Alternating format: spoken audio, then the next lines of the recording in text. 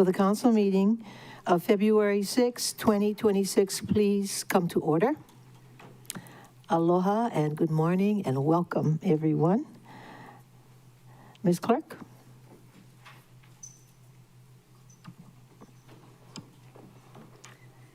Thank you, Madam Chair. Proceeding with roll call. Any members participating from non-public location should state who, if anyone except minors, is present with them as part of roll call. Councilmember Kawanui Batangan. Excused. Vice Chair Yukile Sugimura. Good morning, Chair, and looking forward to a productive meeting.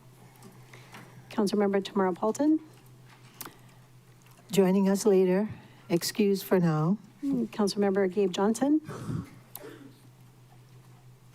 Good morning, Chair, council members, community members. There's no testifiers here at the Lanai District Office, and I'm alone on my side of the office. Thank you, Chair. Thank you. Councilmember Keani Rollins Fernandez.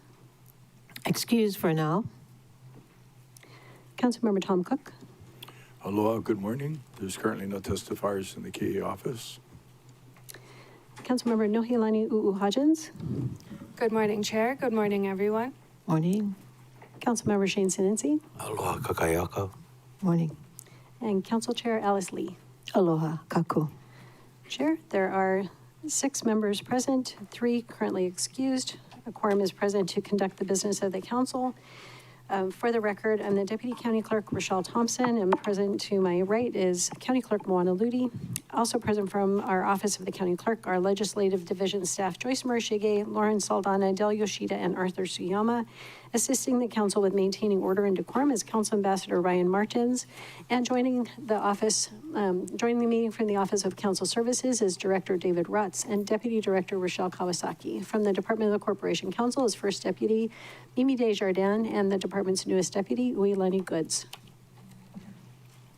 Okay. Thank you very much. And for our opening remarks, we have Councilmember Nohilani U'uhajens. Thank you, Chair. My opening comments will be in honor of Mr. Alex Jacob Peretti. National Youth Poet Laureate Amanda Gorman composed this poem in his memory. We wake with no words, just woe and wound.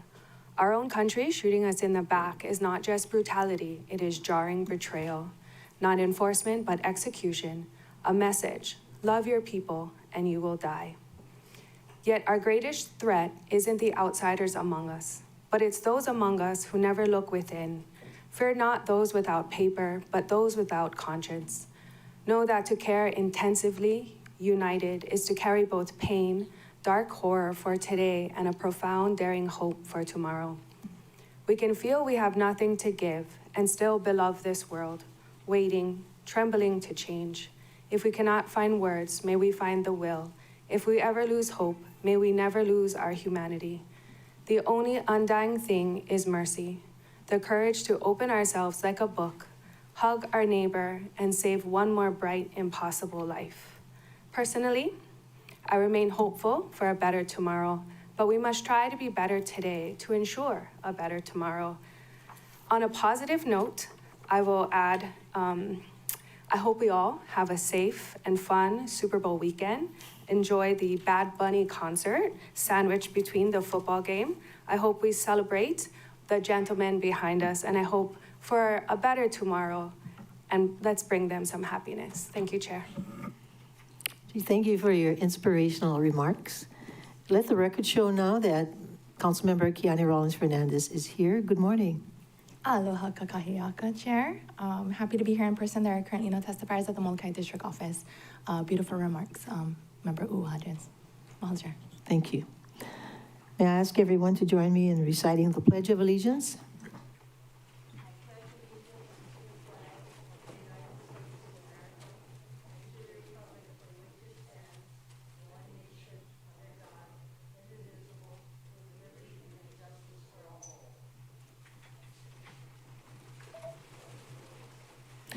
Before we proceed with today's agenda, may I please request that everyone keep their microphones muted unless it's your turn to speak. As a reminder, testimony must pertain to items on the meeting agenda. When testifying, please direct your remarks to the council and not to any individual council member or member of the public. Each testifier will be allowed to speak for up to 3 minutes on each item. For individuals wishing to testify on Teams, please click the Raise Your Hand button to be added to the testifier log. If you are calling in, please follow the phone prompts to be added to the log. If you wish to testify anonymously, please sign in as anonymous, and you will be given a testifier number. Decorum shall be maintained at all times. Any person who behaves in a manner that disrupts, disturbs, or impedes the orderly conduct of any council can, at the discretion of the presiding officer or a majority of present members, be ejected or banned from council meetings, or, if participating remotely, muted or dropped from the meeting. Examples of disruptive behavior include, but are not limited to, heckling, shouting, use of profanity, threatening, or slanderous remarks made to any member of the council, staff, or general public. All meeting attendees, whether online or in person, are expected to wear clothing which should not display profanity, obscenity, or any message that could be considered discriminatory, harassing, or inappropriate for these proceedings. Ms. Clerk, please continue. Thank you, Madam Chair. We're going to move on to testimony only on the ceremonial resolution honoring Kamehameha School's football team. If anyone wishes to testify, please make your way to the podium, or you can raise your hand in Teams. I see JC Law making his way to the podium.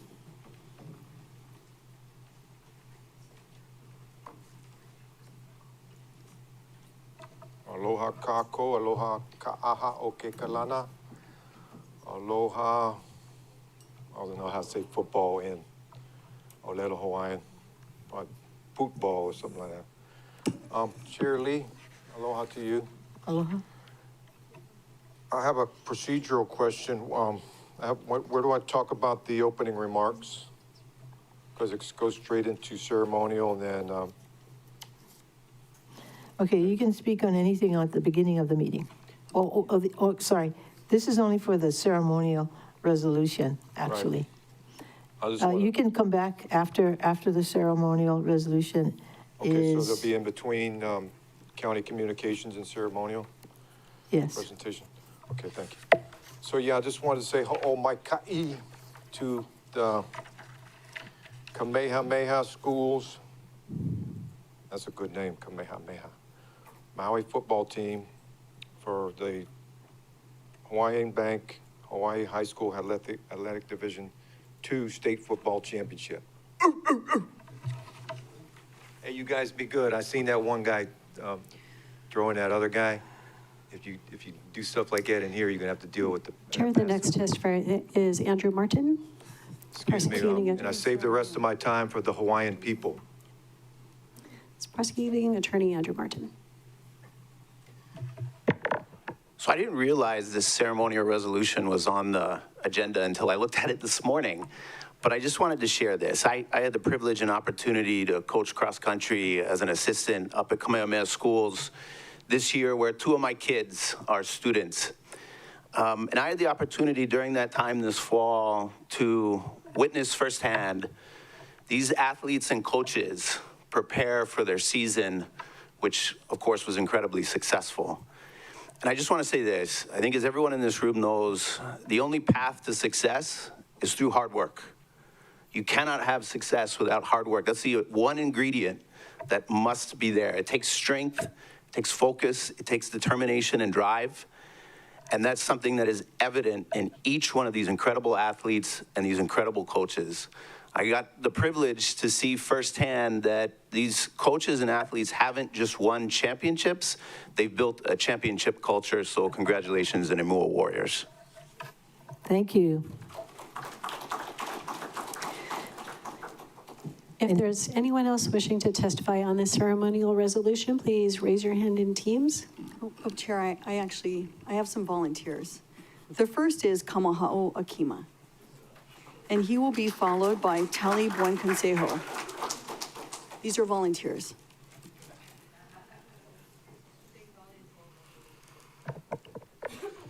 Speaking on behalf of the team, first and foremost, we would like to thank our Lord and Savior Jesus Christ for this opportunity that he got to give us to let us become 2-time state champions. First of all, I'd like to thank all of you for giving us this opportunity to be here. I would like to thank my coaches for either yelling at us or just pushing us to be the best that we can. I would like to thank this wonderful team because this sport isn't an individual sport. It includes all 11. And I would also like to thank the community for always supporting us no matter what. And to the next generation and all the young brothers, I wish you guys the best of luck. And let's do it again. Thank you. Thank you. Chair, the next testifier is Tali Buen Consejo, who is former Parks Director Kaala Buen Consejo's son. He was really excited about today. So nice of you guys to volunteer. Hello. Aloha. Before I begin, I just want to give thanks to all glory to God, because without him, we wouldn't be where we are today. And also, thank you, all you guys, for having us be here today. And as Ha'o shared, speaking on behalf of the team, we couldn't be where we are today without learning how to be disciplined in what we do. On or off the field, we have to be disciplined in the classrooms or just in our everyday life. And yet again, thank you and mahalo to everyone that gave us this opportunity and to our community. Thank you. Mahalo. Chair, the next testifier is Jedediah Campbell.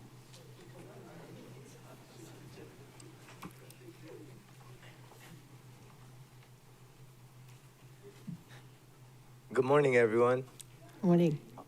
First and foremost, I would like to thank our Lord and Savior God, just for blessing us with another beautiful day and letting us just come here to gather. I'd like to thank the Maui County Council for just recognizing Kamehameha School's Maui football. And I'm grateful because it's kind of funny to just look back. In the span of 4 years, how much our program has changed. We kind of went from bottom of the barrel to we're the top dogs now, undefeated season. And I would like to thank everyone who supported us throughout these past 2 seasons and this season. Our coaches, we wouldn't have done half of it without Coach Afoa being on our butts and pushing us to be where we are now. Coach Lance, Coach Harris, Coach Dell, just everyone, Coach O'Brien, all the coaches who aren't with us now. I'd also like to thank all the community, our Maui community, just everyone who supported us, our families, and thank you. Have a good day. Mahalo. Chair, our next testifier is Colt Kaho'ohanohano, and he will be followed by Keanu Lanoza.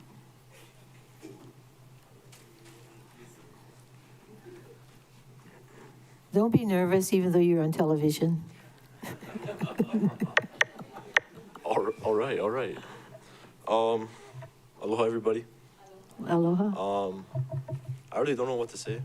Everybody pretty much said everything, but I was gonna say thank you to the coaches, making us better men on the field and off the field. It was really the whole goal of this football program, not just building us as leaders on the field, but also leaders off the field in our community and being better men. Thank you to my teammates for the tremendous amount of hours we put in with each other this whole season. I guess we really grew stronger together, which led us to a great achievement that we made together for a second time.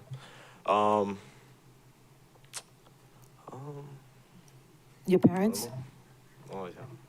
Thanks to my mom, if you're watching.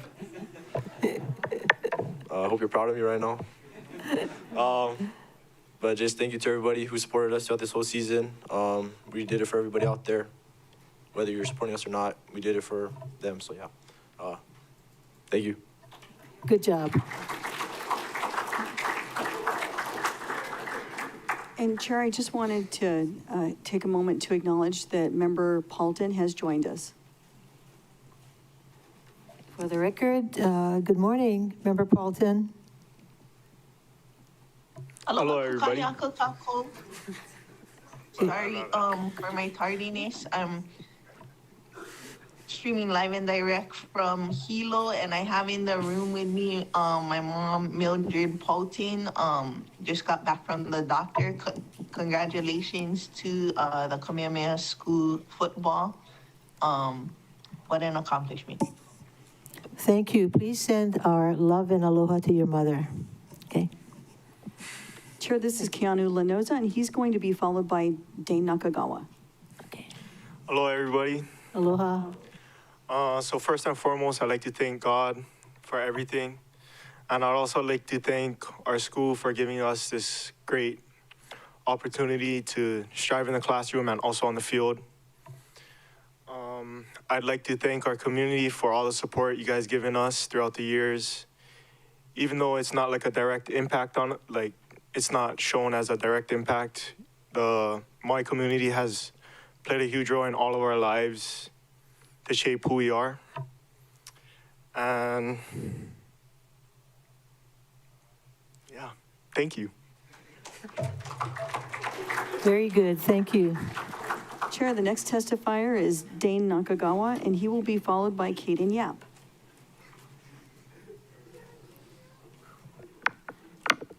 Yes. Aloha, everyone. I don't have much to say after all these boys said a lot, but I first like to thank our Lord and Savior, Jesus Christ, for bringing us here today. I also like to thank you guys for allowing us to come up here and speak. I'd like to thank my coaches for always pushing me and these boys, but we wouldn't have done anything without you guys showing love and support on and off the field. So, mahalo. And that's it. Hi, Mom. Thank you. Okay, thank you.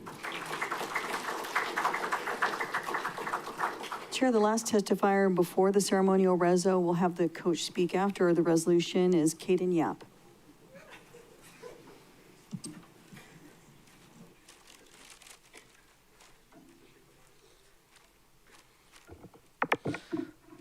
Aloha. I'm gonna keep it short and sweet because I think everybody already said everything. I'd like to thank Keokua first, and I'd like to thank my parents and all of our parents for supporting us through our season.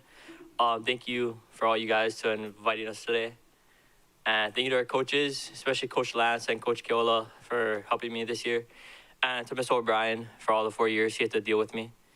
And thank you. That's it. Thank you. If there's anyone I missed who would like to testify, this is your opportunity.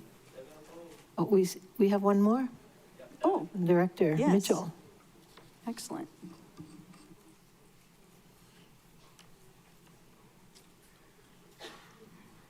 Good morning, Chair. Morning. Good morning, members.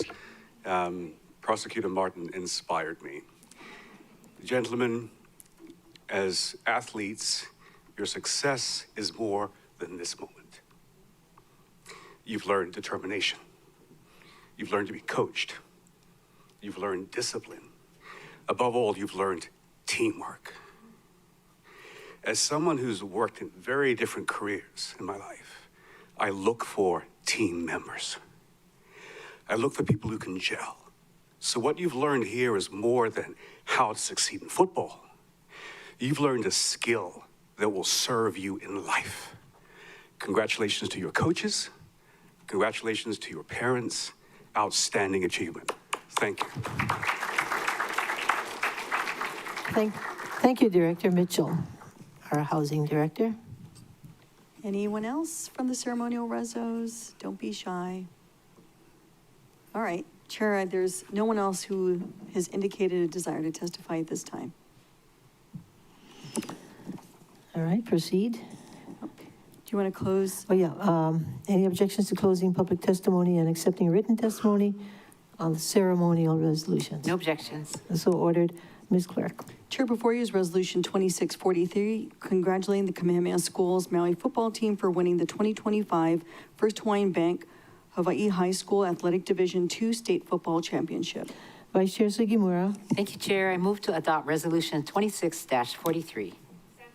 Moved by Vice Chair Sugimura, seconded by Member Hodgins to adopt Resolution 26-43.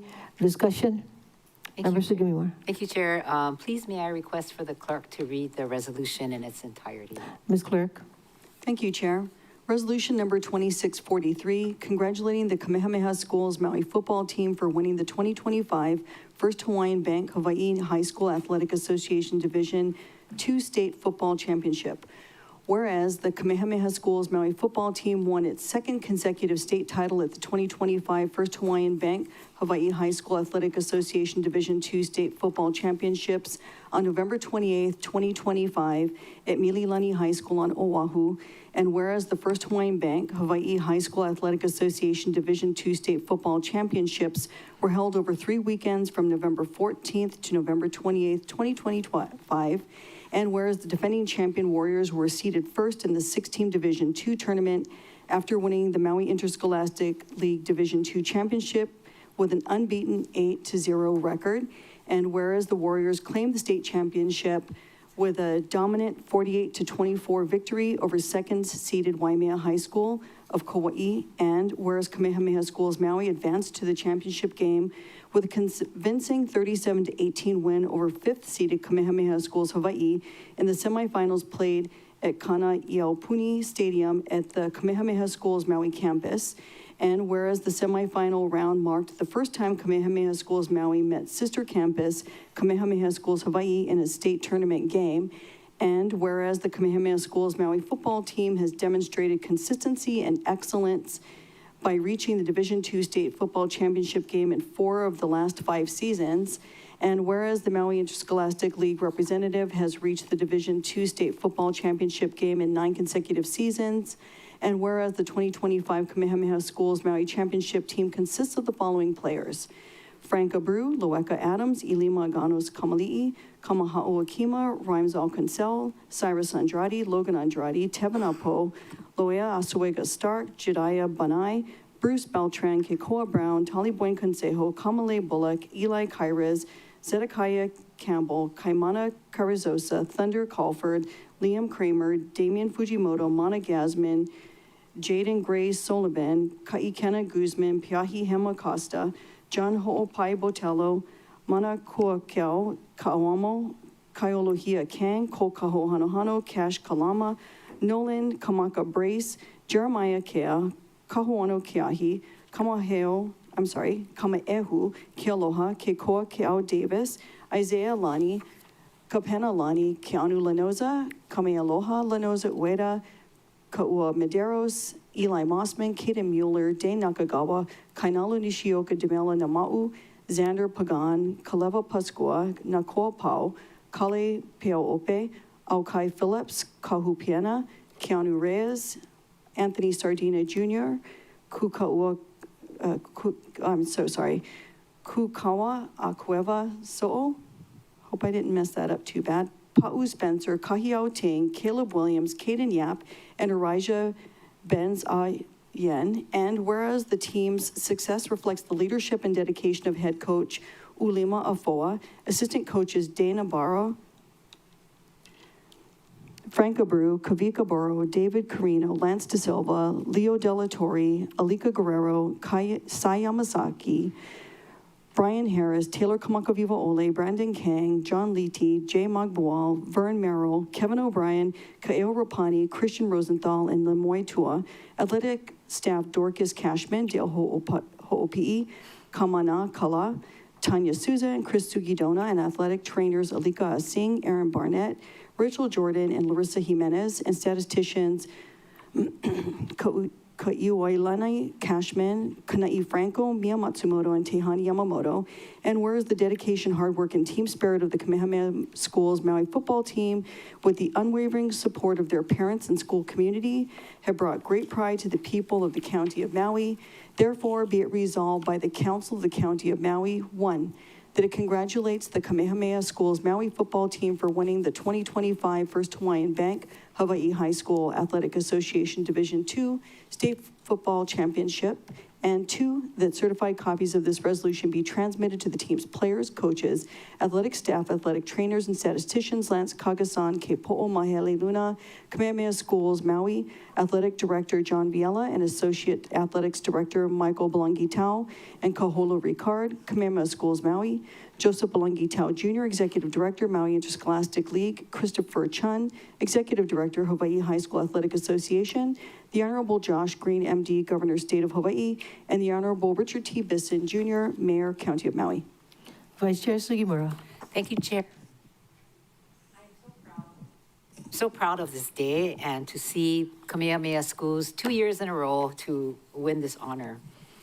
As you can tell by the voluntold speakers, I think it was, thank you very much, County Clerk, for gathering that. The pride that the students have in their accomplishment was so evident by what they shared. They are truly a team that we can be proud of. And for them winning a second year in a row, that is really, really amazing. And we look forward to them joining us next year to, again, have this honor bestowed upon them. But I really appreciate the coaches, parents, grandmas, grandpas, everybody who helped get you here, because that's what it takes. It takes the love and support of many, many people for you to be sitting in your chairs today to be honored. So congratulations, and I hope I will support this, and I hope my members will also. Thank you. Thank you. Any more discussion? Member U'u Hodgins. Thank you, Chair, and congratulations, KS Maui. I want to make a quick note that these boys had an impressive undefeated season. That is so difficult to do. And so a huge congratulations. I do want to make a special shout out to our Kikoa Davis. If that last name sounds familiar, that's Kono Davis's son, who's one of our own in Mima. He's a rising star, a sophomore quarterback, which that too is extremely impressive. So I very much look forward to his long career in football, and I look forward to seeing you guys all here again next year. Very good. Anyone else? Member Cook. Thank you, Chair, for the opportunity to congratulate the team and the coaches, and to the hard work and the discipline that you've developed and cultivated through your high school career that hopefully you will pursue in your adult life. Our community needs young leaders like you, and just want to acknowledge that what you've learned and who you've become gives you the opportunity and the kuleana to represent to all the other youth in our community.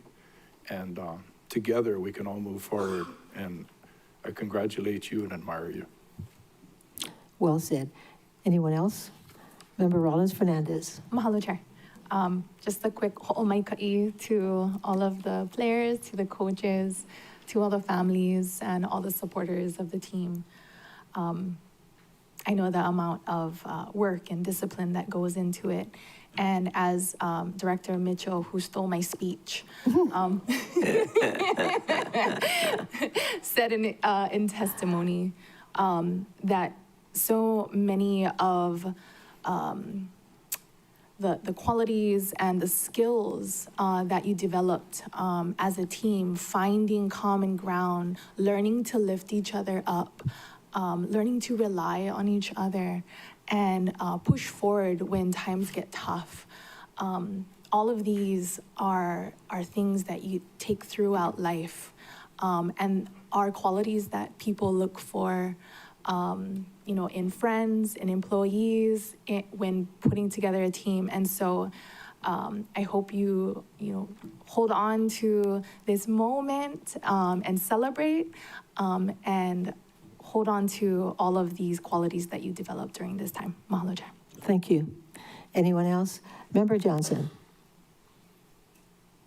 Thank you, Chair. What an excellent achievement. I want to echo what everyone was just saying, but one thing that struck my mind is the young student who was standing at the podium and said, "Hi, Mom."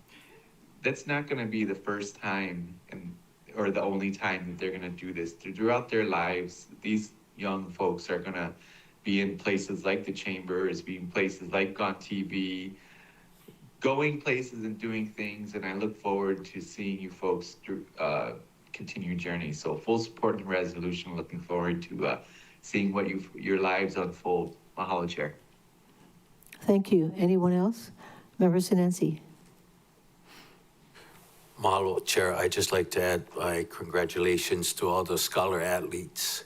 I do know that you have to, make the grade every week so you can play on the field come Saturday. So, ho'omaika e ao ko and imua lanakila and koa o Maui.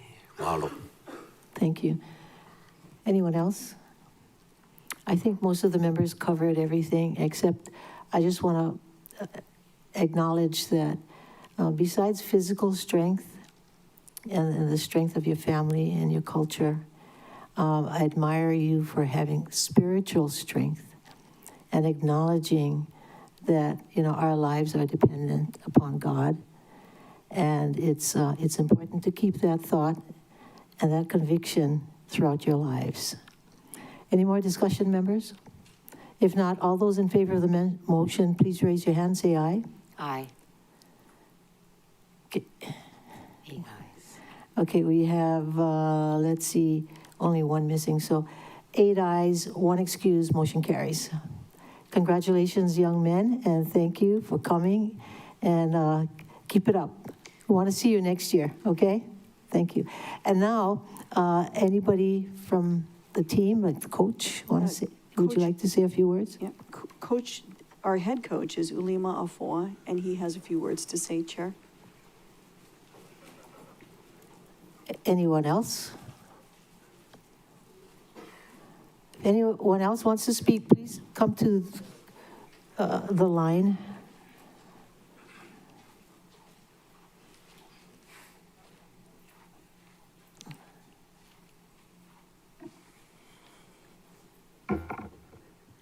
Aloha, Madam Chair and City Council. On behalf of Kamehameha Maui, the staff, and the Haumana, we want to thank you for this honor and this privilege. It's nice to be back here for the second year. So this is normally what I do is at the banquet is we honor our seniors and we tell them great memories so you guys can kind of hash it over when you guys have your reunions. For the rest of you young guys, it's time to get back to work. But I want to thank the community for your support. Thank you for this, for the privilege of this resolution. And we want to continue to build leaders and make our community proud. So thank you very much. Aloha. Thank you. Anyone else? Ms. Clerk, do you know the name of the speaker? My name is Floyd Mayhorn. I am here from Charlotte, North Carolina. Just got in yesterday. I received an excited call from the mayor of Charlotte, North Carolina, when she found out that I was going to be here. I did not get the details. I do not know how she knew of your team or what your accomplishments were, but she made a point to impress upon me to show up and let you guys know that you are known as far away as Charlotte, North Carolina. And she just wanted me to, we were both naval reservists, and she just wanted me to stand before you and give you a good, hearty salute for all your accomplishments. Nice. Thank you. Outstanding. Any more speakers? Well, I see some sitting there next to the head coach.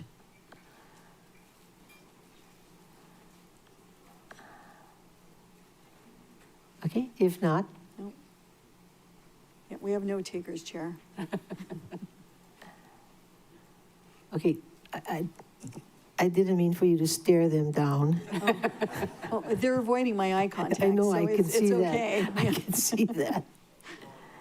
Maybe if we all stare at them together. No. That wouldn't be welcoming. Okay, I think now is a good time to ask everybody to come down to take a photo with us, okay?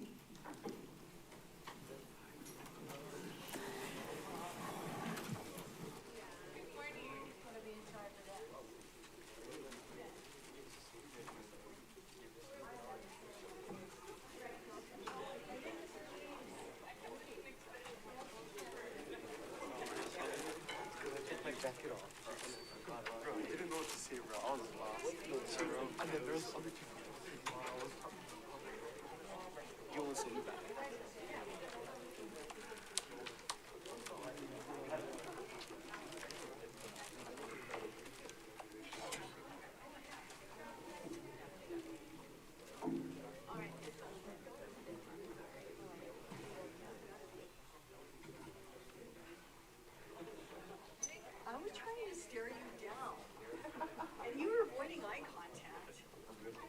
I saw that.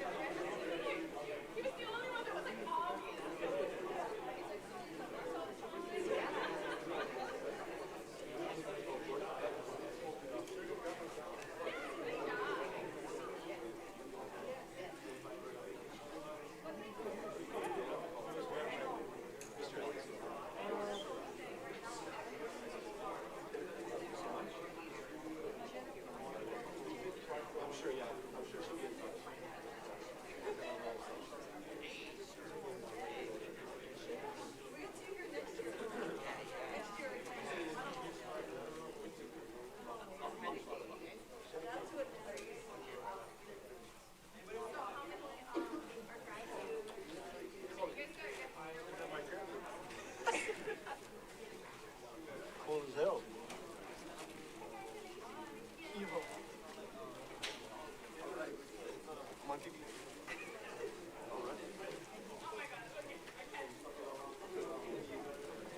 of all, I'd like to thank my Oh, shit. Who's the finest guy?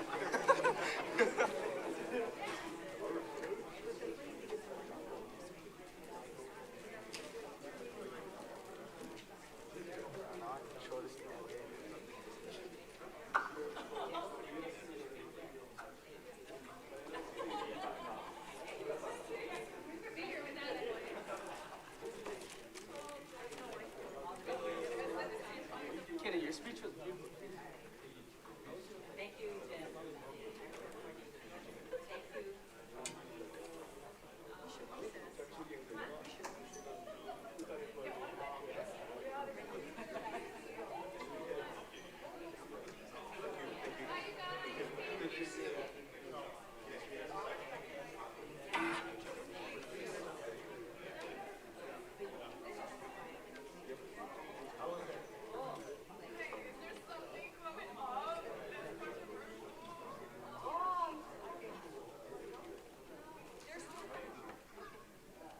Members, we'll just take a 10-minute break, okay? Meeting in recess until, 10:08.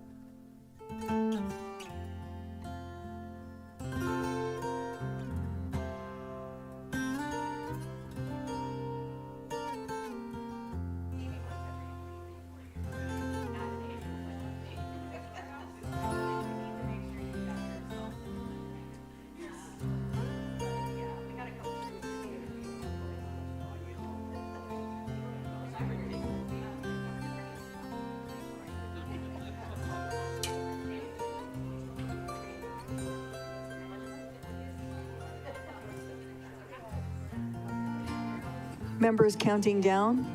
5, 4, 3, 2, 1. Well, the council meeting of February 6th, 2026, please come to order. And it is 10:19, Ms. Clerk. Thank you, Madam Chair. We're moving on to presentation of written or oral testimony on any item on today's agenda. The first person to testify is Lauren Akitake, who will be testifying on Committee Report 26-6 and Bill 22. She'll be followed by Michael Lilly. Good morning, Chair, Vice Chair, and Council members. I'm Lauren Akitake. I am the Executive Director, Legal Counsel to the Maui County Board of Ethics, and I'm here today to speak in support of Bills 2 and 22. Bill 2 includes revisions to Maui County Code 2.56.080 to provide that the board sets the Executive Director's salary, the Executive Director sets staff salaries, authorizes additional attorney and paralegal positions with pay scales, and permits part-time hiring with prorated pay. Bill 22 is the budget amendment to fund these two new positions and addresses the board's previously anticipated budgetary needs. As you know, our office is 6 months old and our current staffing is not sufficient. We're requesting 2 additional staff positions to meet the workload ahead, which will include ethics trainings for all county employees, and hopefully will include updates to our lobbyist rules, a countywide anti-nepotism rule, and updated gift rules. I want to thank Vice Chair Sugimura and the BFED committee members for the thoughtful discussion of Bill 2 in BFED on January 27th and for her follow-up questions. Since the BFED meeting, I have consulted with DPS, Board of Ethics leadership, Corporation Counsel, management, and colleagues at the state and Honolulu Ethics Commissions to develop procedures for salary determinations within council-approved ranges, annual staff reviews, evaluation criteria, documentation standards, and consideration of performance in salary decisions. I want to again express my gratitude to all of you for your dedication to uphold the highest ethical standards and for fostering public trust. Your commitment ensures that Maui County operates with accountability and integrity, benefiting every member of our community. For these reasons, I respectfully urge you to support Bills 2 and 22. I'm happy to be a resource if you have any questions when the bills are called. Also, Managing Director Nishita has offered to be a resource if necessary when the bills are discussed and called. Thank you. Any questions, members? Vice Chair Sugimura. Thank you very much for working so hard. Whenever I hear all the things you're doing, I think, how in the world did we ever exist without your attention to detail and making sure we do this all right? But Chair, I just want to make sure that the members got her response to the questions we had sent. You got it. Okay, good. That's all. Okay. Any more questions? Thank you. Thank you. Okay, next testifier. Chair, the next testifier is Michael Lilly, testifying on Committee Report 26-6 and Bill 22, and he will be followed by Andrew Martin.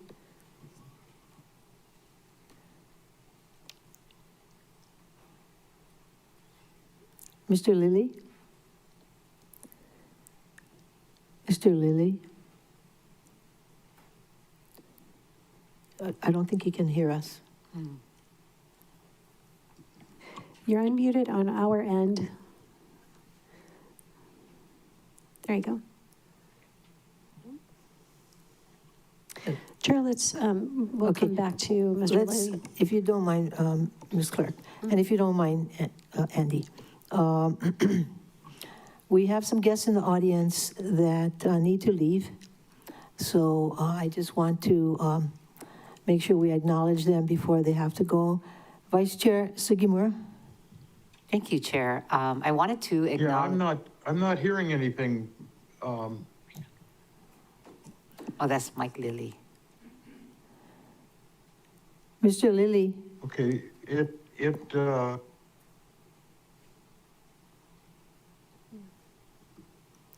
Go ahead, Vice Chair.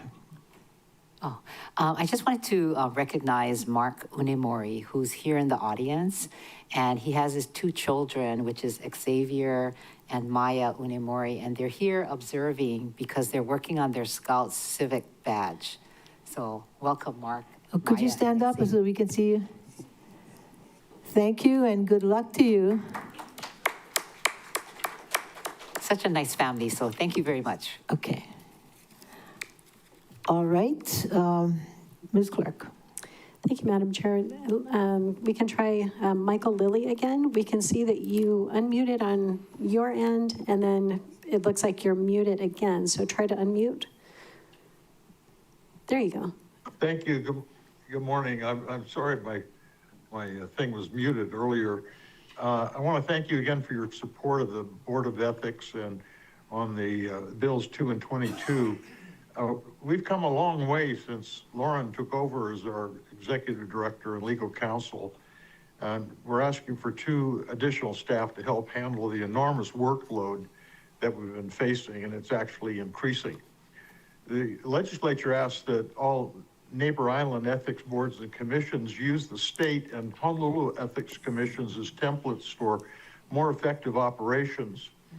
It's important for us to have exempt staff, as do the state and Honolulu ethics commissions, to preserve our independence, to avoid conflicts of interest with other county departments, and allow the board to recruit specialized personnel who can respond quickly to sensitive ethics issues. On something that I don't think we haven't mentioned before, but the board provides oversight of Lauren's operations as our executive director and legal counsel. And we're looking at implementing an annual review to grade her performance. And I have a form that we used when I was vice chair of the Honolulu Ethics Commission, which I plan on submitting to the board for review and adoption.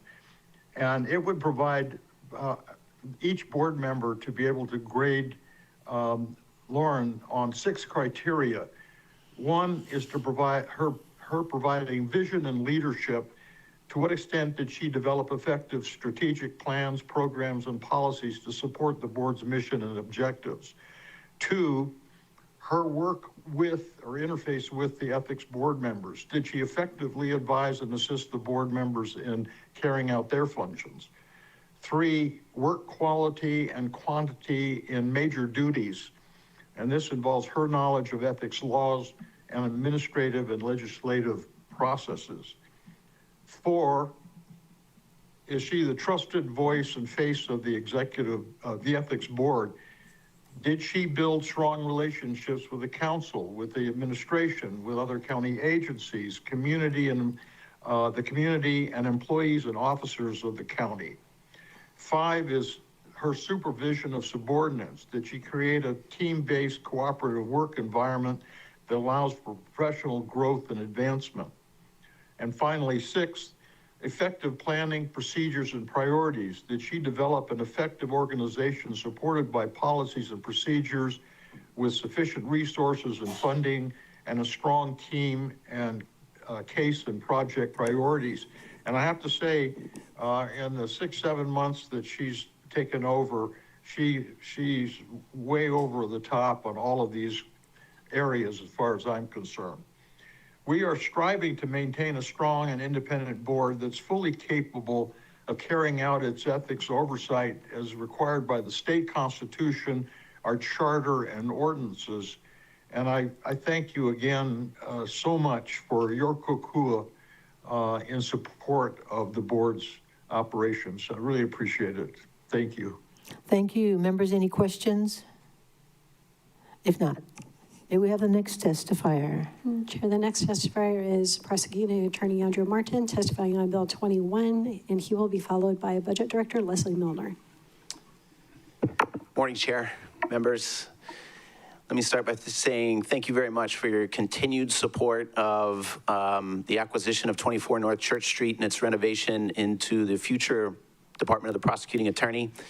I'm here to respectfully request your consideration for floor action on Bill 21. You know, the planning for our initial move-in to the building began back in October, but largely due to circumstances beyond our control, our timeline has now, unfortunately, for that move-in has been pushed back. We need to complete certain renovations before we can move in. Most importantly, that includes the upgrading of the wiring in the building to fiber optics to be able to handle the bandwidth of 67 additional people on the county network. We have to pull wires between the offices to be able to provide that network access. And we also have certain security upgrades which are absolutely required because of our access and ability to utilize criminal justice data through the FBI, CJIS, and NCIC platforms. In order to do that, we need to provide a secure environment for the offices we're going to be in. We have kind of set things up so that we can do that in an efficient way that'll survive the additional renovations. Our original plan, given our timeline for moving in, that was that we would be able to cover these expenses from cost savings from our rent expenses that we weren't going to be utilizing for the rest of this year. But due to the pushback in timeline, that's not going to be possible. So we're asking for the additional $180,000 to be able to cover these expenses. We'll get our folks moved in. Our plan right now is the beginning of June, which is a very hard deadline for us, given the fiscal year and our desire to get out of our leased properties. I'm also here to and can be a resource on Bill 24 should you have any questions, and I appreciate the council's consideration. Thank you. Thank you. Members, questions? If not, thank you. Thank you. Chair, the next testifier is Budget Director Leslie Milner testifying on. I had a question for the prosecuting attorney. Sorry. No, that's okay. Member Paulton. I just wanted to clarify, is it only Bill 21 or also the opioid settlement one that you're asking for floor action? Just Bill 21. Oh, okay, thank you.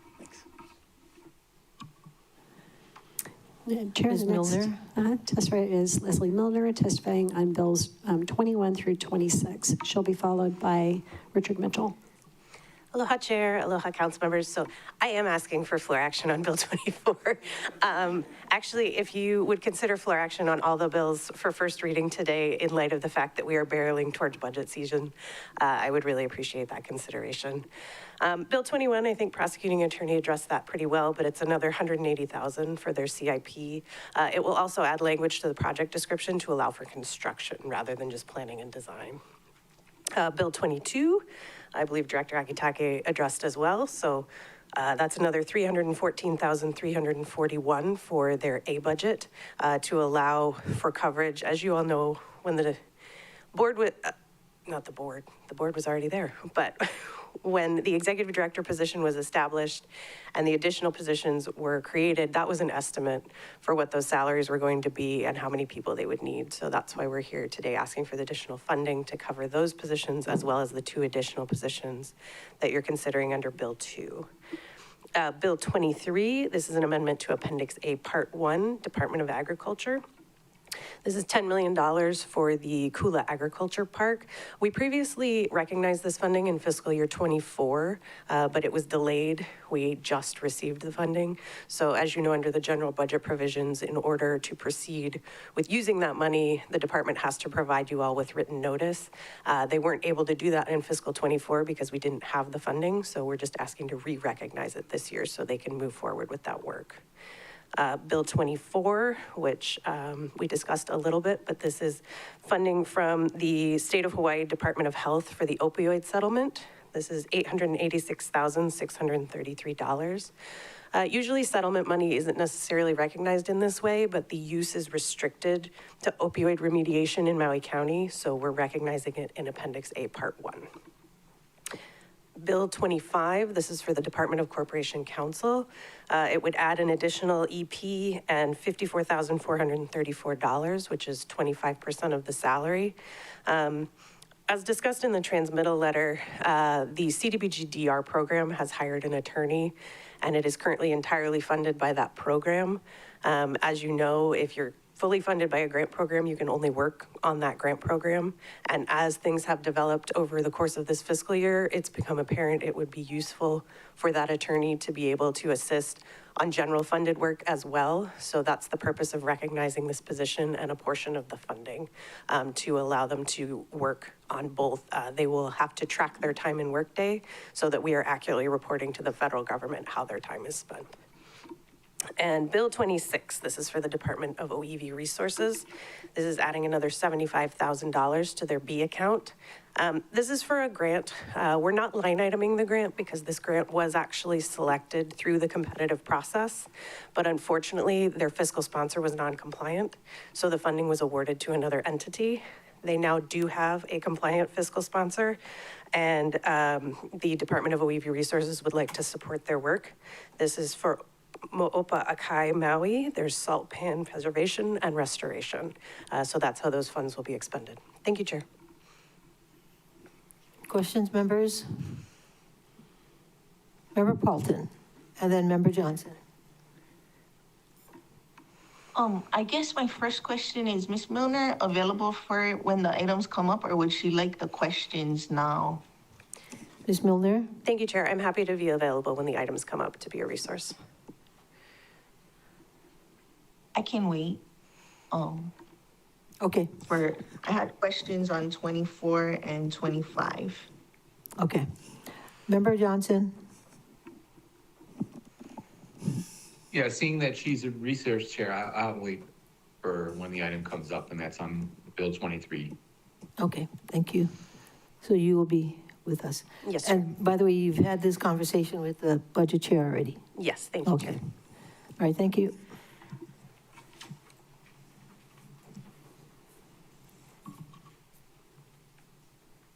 Chair, the next testifier is Housing Director Richard Mitchell, testifying on resolutions 2641 and 2642. He'll be followed by Maria Lenz. Good morning, Chair. Good morning, members. Good to see you again. I'm here to testify in support of resolutions 26-41, 26-42, both of which we're asking for floor action. The first one relates to the Kehalani projects, and I don't see the project proponent, Jack Dowling, here. He intends to be here so that when the item comes up, if there are any specific questions, he can address those. But with both projects, our County Housing Programs Administrator, Cassie Yamashita, is in the back of the room, and she will be here when the items come up. For Resolution 26-42, Denise Isera Matsubara is here, our project proponent from Catholic Charities, so she is available to answer any specific questions. But on 2641 in particular, this is crucial to have this passed as early as we can because it allows the developer to maintain compliance with certain LIHTC deadlines, in particular, the commencement of construction of their project in May 26. And for Resolution 26-42. Excuse me, was that, you're going to talk about both of them right now or one Correct. at a time? I've actually discussed them both. Okay. The members might have questions on the first one. Okay. Questions, members? If not, okay, the next one. Thank you. And on 26-42, the challenges we had there related to making sure we could facilitate a reimbursement to a party that was not specifically named in the original grant, so we had to revise the language in that grant agreement, so that's what that's about, and it relates to expenses I believe that were incurred as early as 2025. So those are the two resolutions. We're requesting floor action on both to allow those projects to keep moving forward. Thank you. And you had this conversation with Member Hodgins? Okay. I've had several conversations with several members. Okay. But thank you, Member Hodgins. All right. Okay, any questions, members? If not, thank you. Thank you. Chair, I have a quick question. Oh, Member Johnson, I didn't see your hand. Thank you so much, Director. Thank you, Chair. Just a quick question. For the 2642, the Halipalina Affordable Rental Housing Project, revising the name and putting their name on the grants, how long did that process delay this process? I don't have a precise timeline in my head, but I do know there were some, what I would consider unreasonable delays in getting the documents revised. So we're working on trying to squeeze out of our process the constancy of trying to get things revised and how long it takes. But I know that was a challenge. Yeah, that's a concern, Director, and I'd love to, hear your thoughts on it at a different meeting, but the ping-ponging, right? The back and forth, and just the fact that we knew where the money was going, but their name wasn't on the lease, and that probably delayed it. I'm not hearing an actual, like a month or something, but when it gets delayed on something as simple as putting your name on this for the, for the right people who are gonna do the project, why, it doesn't make any sense to me. So I'm glad you're looking at it, that you could make it a little faster, because what I can, we're doing floor action in order to speed up the process. And if the process has delayed it from what you're explaining, shouldn't we revise the process in addition to doing floor action? Those are my questions. Thank you, Chair. Thank you, Member Johnson. And just to follow up, when I become aware of challenges like this, my practice has been to directly call the project proponents and get direct feedback on where the pain points are. And so I have had, prior to this meeting, a discussion with Ms. Isera Matsubara, so I can understand exactly what the challenges are. And I've also had discussions with our division administrator. So we are looking at trying to improve the process so it isn't so painful for both us as well as our clients, those who help us build. Okay, thanks for every answer. Thank you, Chair. Any more questions? If not, thank you. Chair, the next testifier is Maria Linz, and please let us know which item or items you'll be testifying on. She will be followed by Denise Matsubara. Again? Maria Linz, we can see you're unmuted. Oh, okay. All right. Aloha, I'll be testifying in support of Bill 15. Okay. Do you have anything you want to add to that? Yes. Aloha, in Lahaina, surviving the fire does not always mean surviving the recovery. I'm the Lahaina Program Manager at Hawaii Community Lending. My team and I work directly with Lahaina families every day trying to help them rebuild. Today, you have the power to put one more viable solution on the table for these families. And we can tell you the options available right now are not enough to get everybody home. The cost of rebuilding is too high while the available funds is too low, and that gap in between is widening every single day. Here's the truth. In disaster recovery, time is not neutral. Time is either healing you or it's killing you. The longer it takes to rebuild, the more the families are forced to spend down their rebuild money just to survive. They're paying mortgages on destroyed properties, on top of outrageous rent and temporary rentals. Cost of living has essentially doubled for them. They can't get to the finish line because it keeps moving further and further away. And quite frankly, it's killing them. After the disaster, our clients and our neighbors, they're literally dying, not from age and illness, but from prolonged stress, displacement, and uncertainty. Every day, we see families who are doing everything they were asked to do, and they're still falling behind. We run these numbers over and over, trying to make something out of nothing, and I can tell you, there's no magic here. If we don't lower costs and speed up timelines, some families will not rebuild. Not because they didn't try, but traditional building was never designed for mass disaster. It assumes stability, but after a catastrophe, nothing is stable. Costs are exploding, contractors are disappearing with people's money.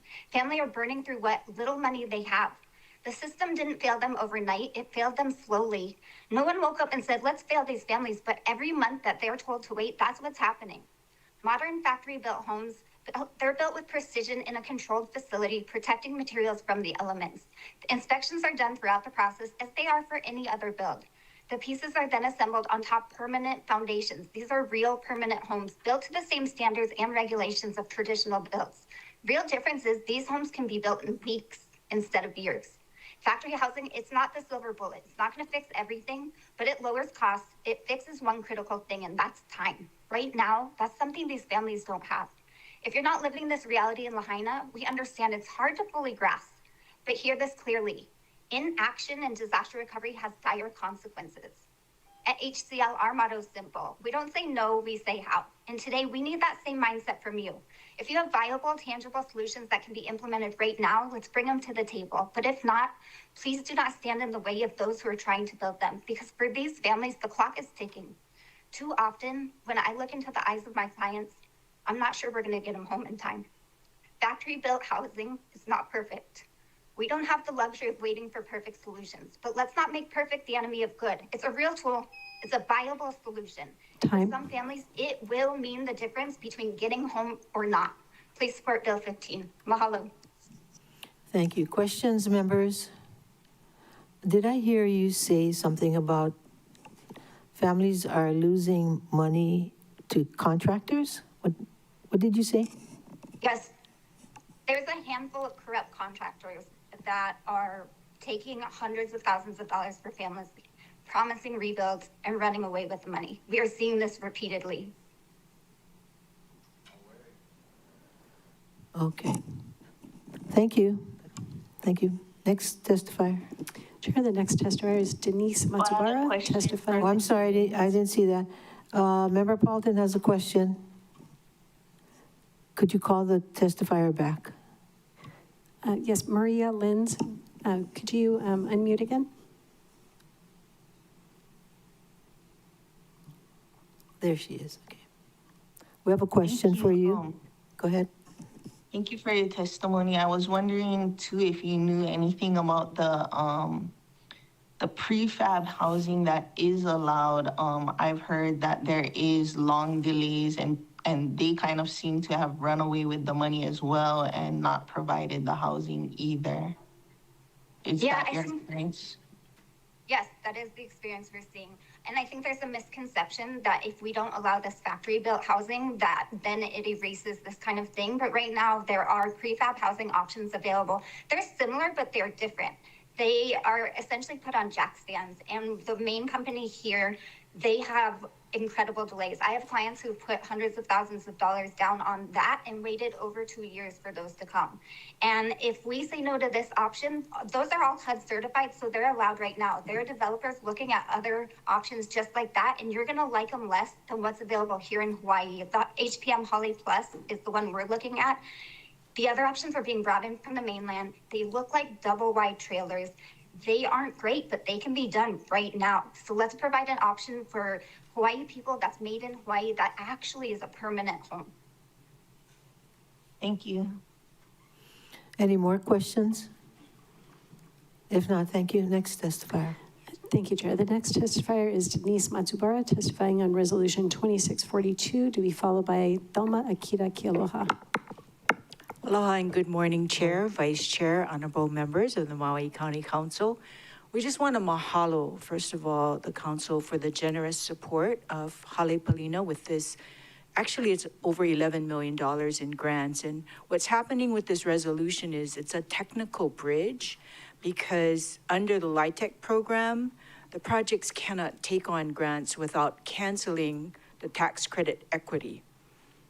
And it affects the eligible bases, and I don't want to go into a whole bunch of jargon, but it affects what can be covered by the grant. So by doing this, all it does is allow us as the nonprofit to pay the project. So we're almost done with the grant. There's about $2 million left plus the retainer, and we gotta get there. And we've been using the state funds right now to substitute, but there's only so much funds. And so by passing this resol, we can continue to get through the finish line, and we look to be finished about summer of 2027, right around the corner. So thank you so much for your support. Mahalo. Questions, members? Member Johnson. Thank you, Chair. Thank you for your testimony. It's going to be the same question I asked the director, but basically this revising the name of the grant, has that slowed down the process for you guys? And can you give us, like, was it a month? Was it 2 months? How long did it slow down the process of this renaming?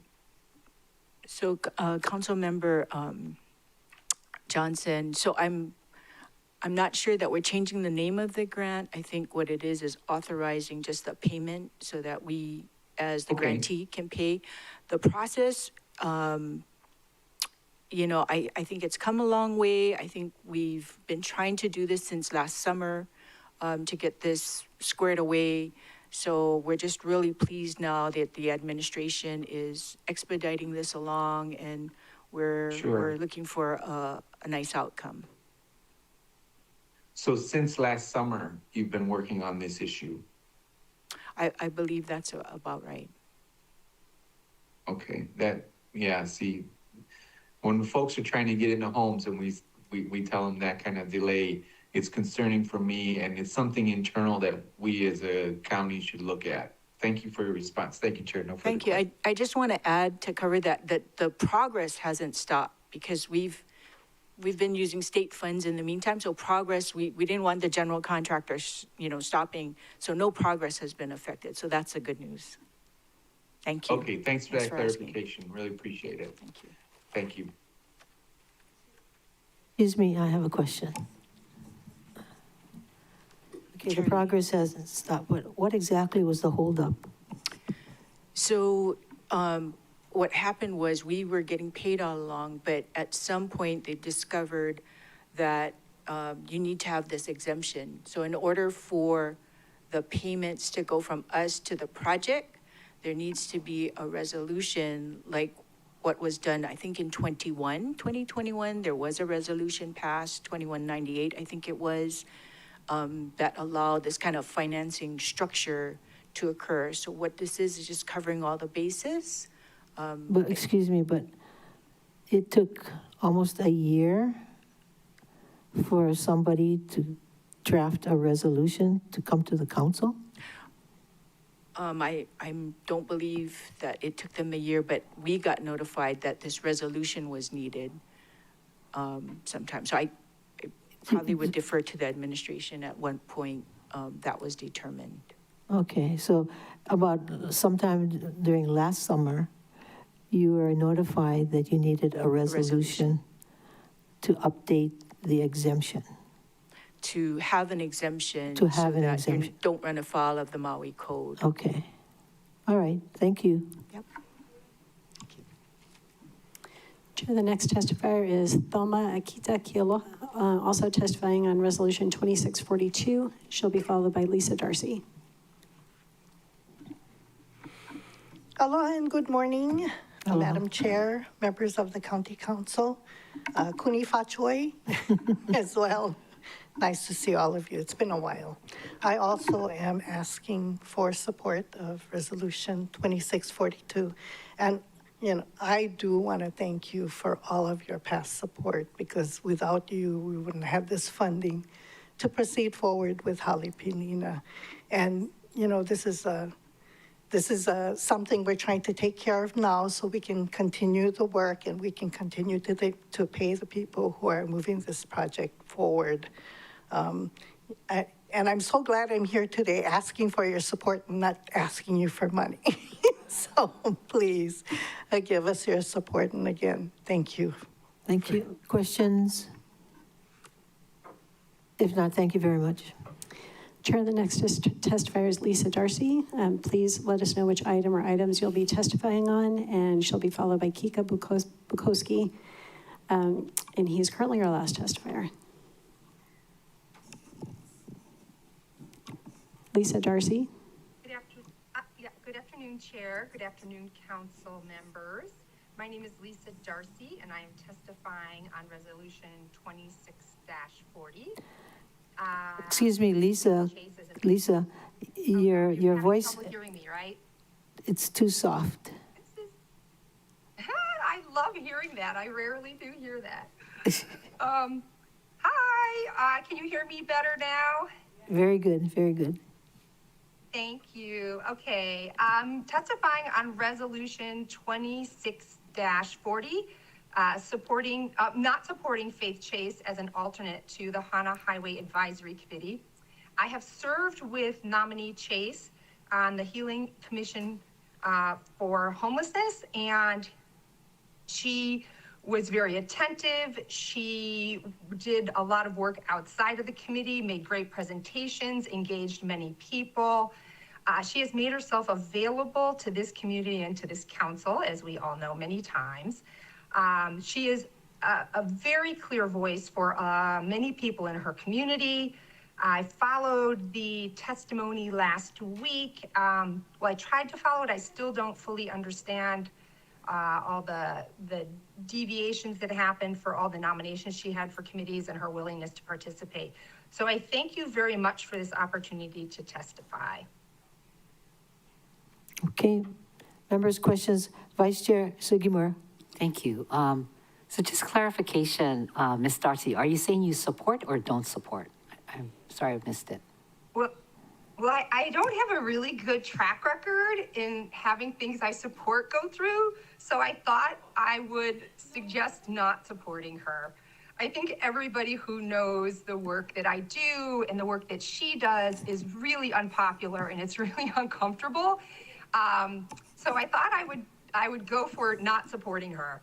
And I think you probably know that I find her work to be extremely unique and extremely valuable to this community. So I support you to make your own decisions. Any more comments or questions? If not, thank you. Mahalo, Chair. Thank you. Chair, the next testifier is Kika Bukowski. Sorry if I'm mispronouncing your name, testifying on Bill 15. Perfect. Thank you. Good morning, Chair, Council members. Kiko Bukowski on behalf of the Plumbers and Pipe Fitters, Local 675. First of all, want to thank you folks for all your work in supporting, as we support as well, helping those in need on West Maui. Testifying in support of Bill 15, we did submit written testimony, and I just have a few additional comments. We've been working with various council members as well as various stakeholders involved, local vendors that provide factory-built housing. We've been working with various council members, the administration, and we hope that we, as one of your previous testifiers from Hawaii Community Lending mentioned, we hope that we're able to bring some potential viable, tangible solutions to help not only meet the needs of those affected in West Maui, but also preserve the minimum standards that protect public health, safety, and welfare in the built community by building locally sourced, safe and resilient communities. As we know that Hawaii is prone to natural disasters, and it's our hope that we can find some kind of middle ground to continue to provide safe and resilient communities so that we can hopefully mitigate and prevent future occurrences that happened recently in Lahaina. So with that said, we're available for any questions, and thank you again for all your folks' work. Okay, members, any questions? No questions, thank you. Chair, I see J.C. Law making his way to the podium. Please let us know which item you're testifying on. Aloha kakahiaka, aloha kako, aloha a kaku. J.C. Law from Kulauka, Waiakoa Ahopua. I'm sorry if you guys missed me at the last meeting. I was incarcerated. Terrorist. Yeah, I don't have, that's not on the agenda, so I don't have time for that one. So speaking on the opening remarks by Noelani U'uhajens. Yeah, speaking of terrorists, it was kind of a different situation from Alex Preddy, but luckily the Maui, the police department, they didn't try to kill me right away, but I did go to the hospital after 4 days in jail.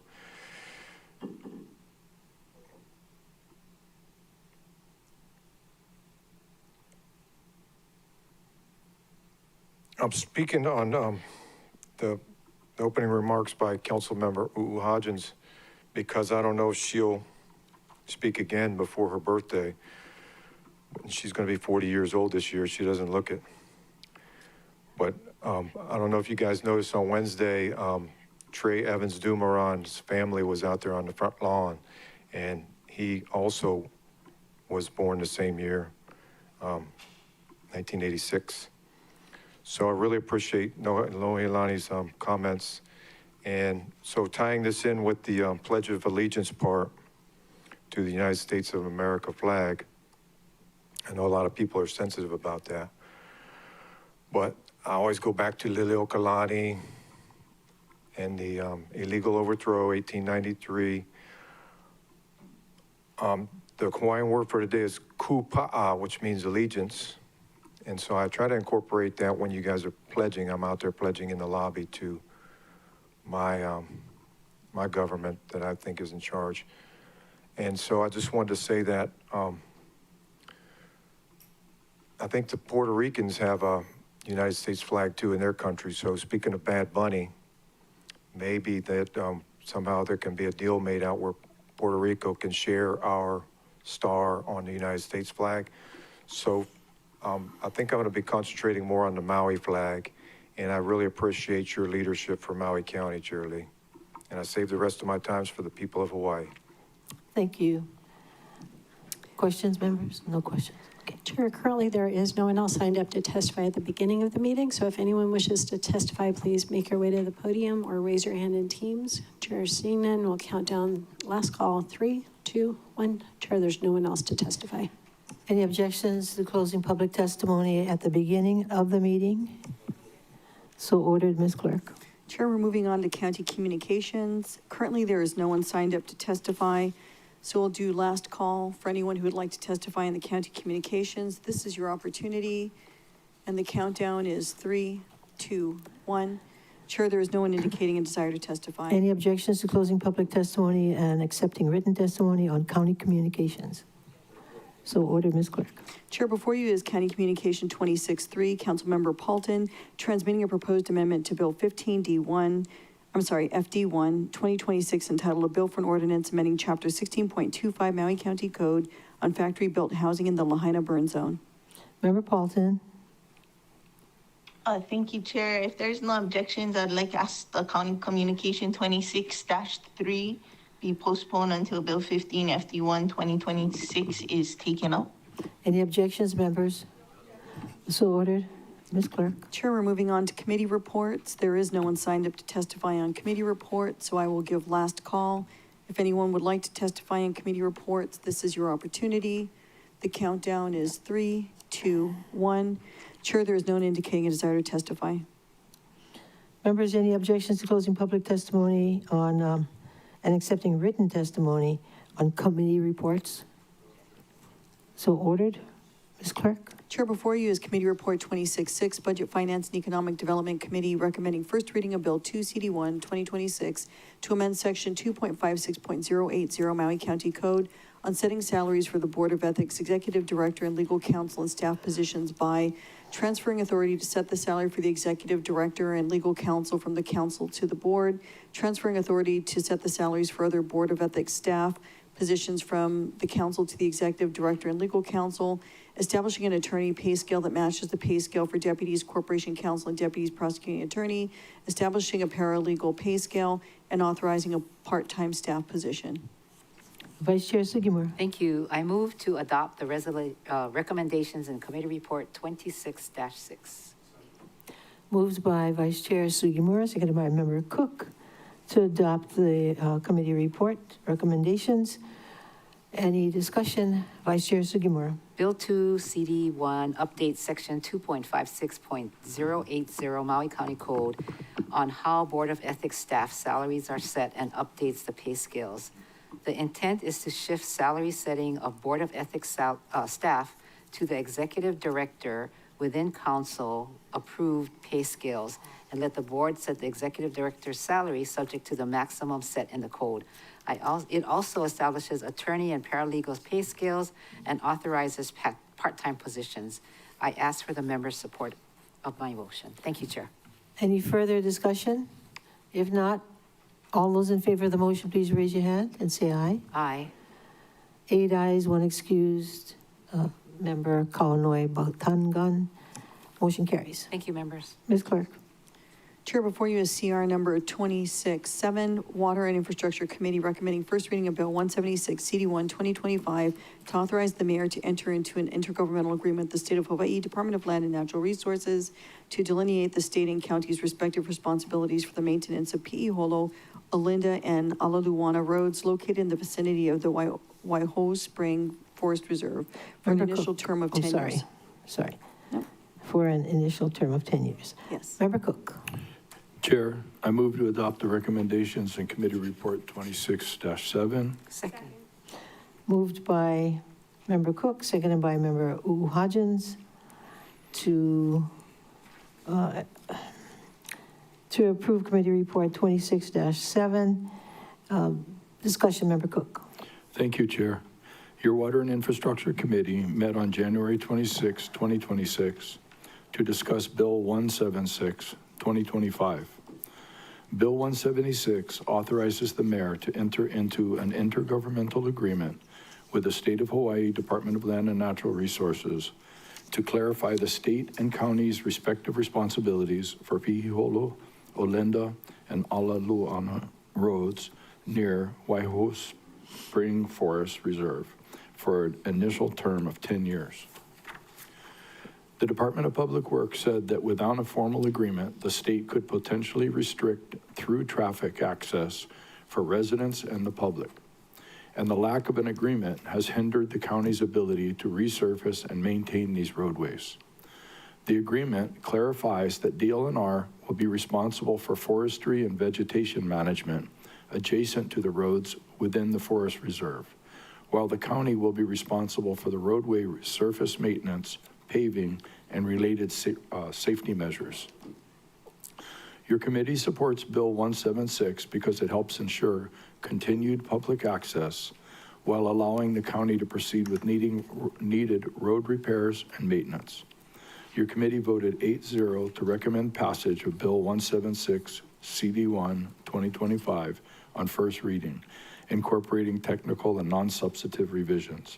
I respectfully ask for the members' support of my motion. Any more discussion? If not, all those in favor of the motion, please raise your hand, say aye. Aye. 8 ayes, 1 excused. Member Batangan, motion carries. Ms. Clerk.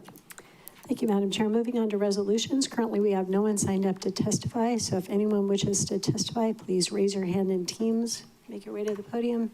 Chair, seeing no one, I'm counting down 3, 2, 1. There's no one to testify. Any objections to closing public testimony and accepting written testimony on resolutions? No objections. So ordered, Ms. Clerk.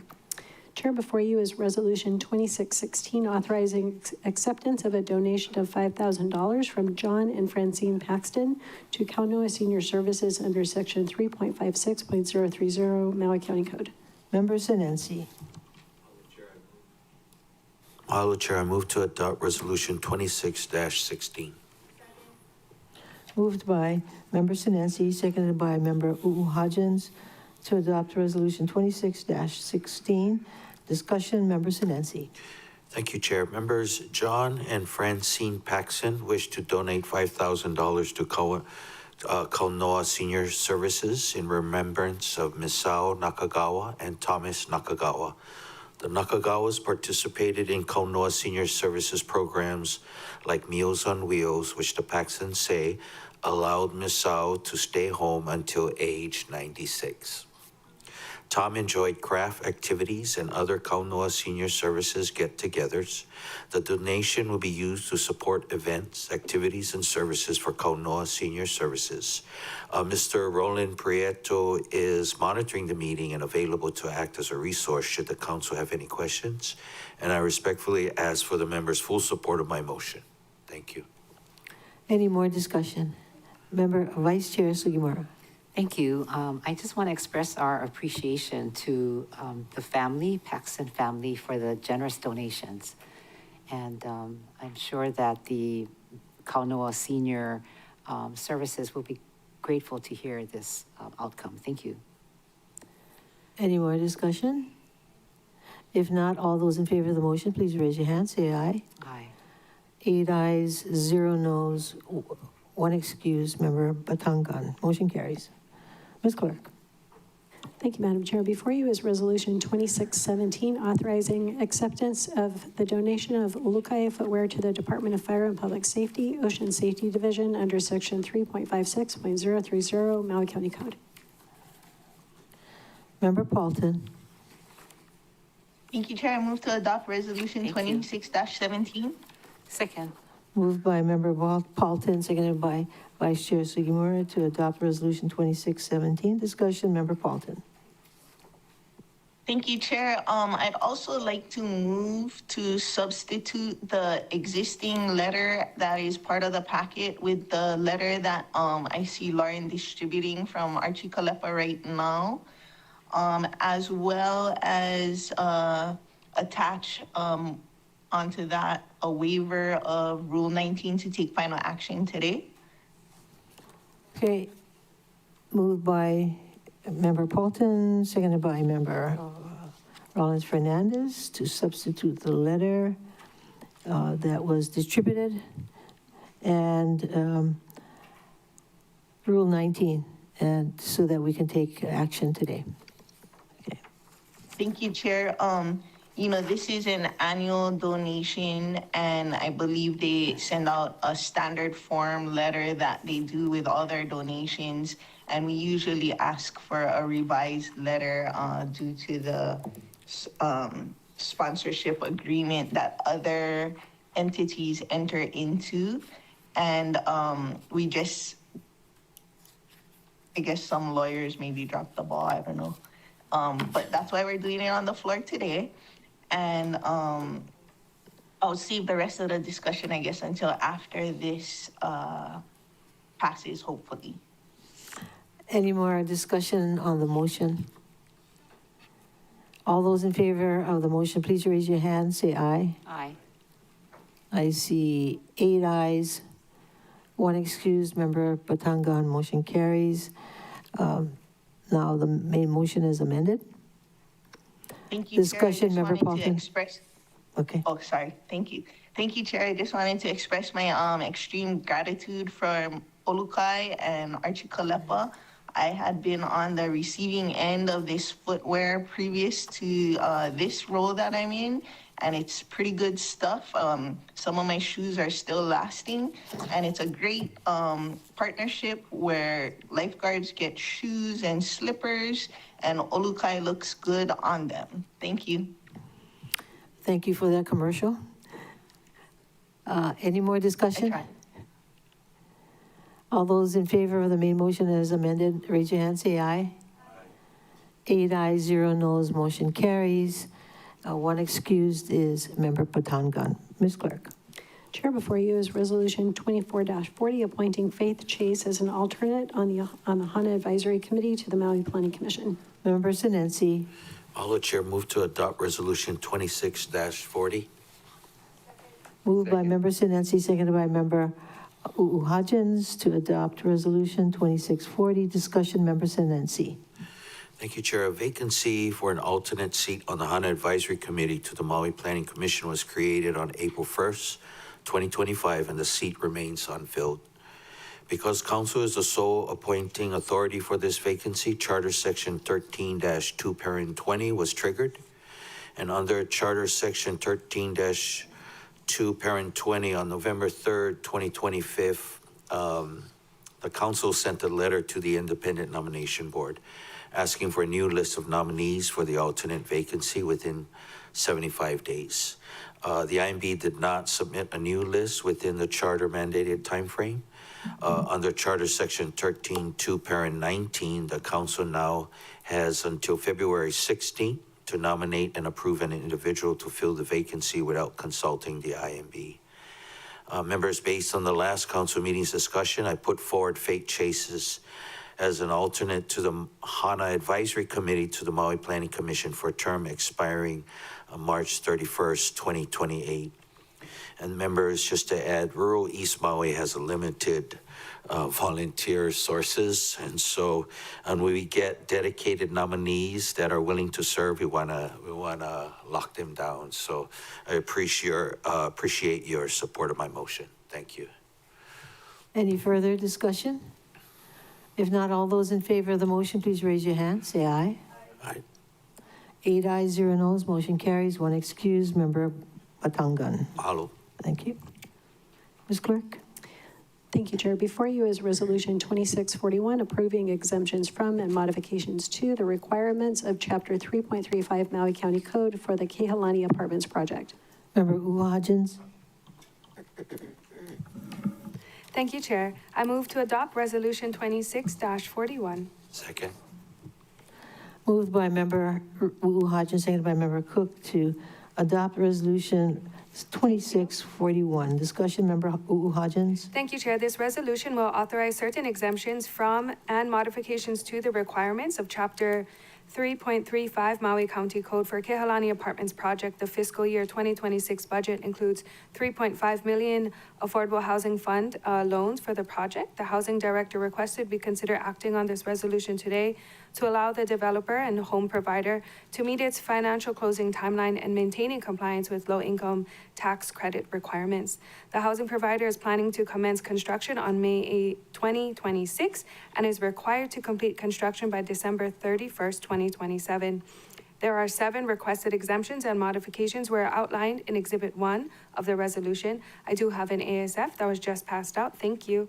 Regarding or relating to one of the requested exemptions, referencing my ASF, I move to amend Resolution 26-41's Exhibit 1 at paragraph 4 by correcting the Maui County Code subsection 3.3507.0A4 quote, and striking the remaining part of the sentence. The corrected quote reads as follows.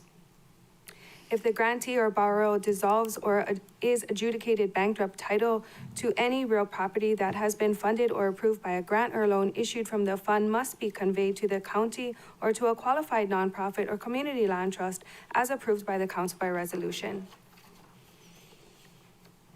Okay. So it's been moved and seconded, moved by Member Hodgins, seconded by Vice Chair Sugimura, to amend the main motion with the information that was just passed out, the amendments summary form. Yes, please, Chair. Thank you. And are you going to also suspend Rule 19 Yes. at the same time? Sure. So this, again, amendment ensures a provision for which the exemption is being granted was quoted with accuracy. And I also move to suspend Rule 19 of Rules of the Council to allow final action at the same time as this meeting's amendment. You already did, right? That was discussion. Sure. We'll have them in twice, but yeah, for the record, she did second it. Thank you. Okay. Any more discussion on the amendment? Member Rollins Fernandez. Mahalo, Chair. I'm looking at Exhibit 1, this amendment, so subsection 4.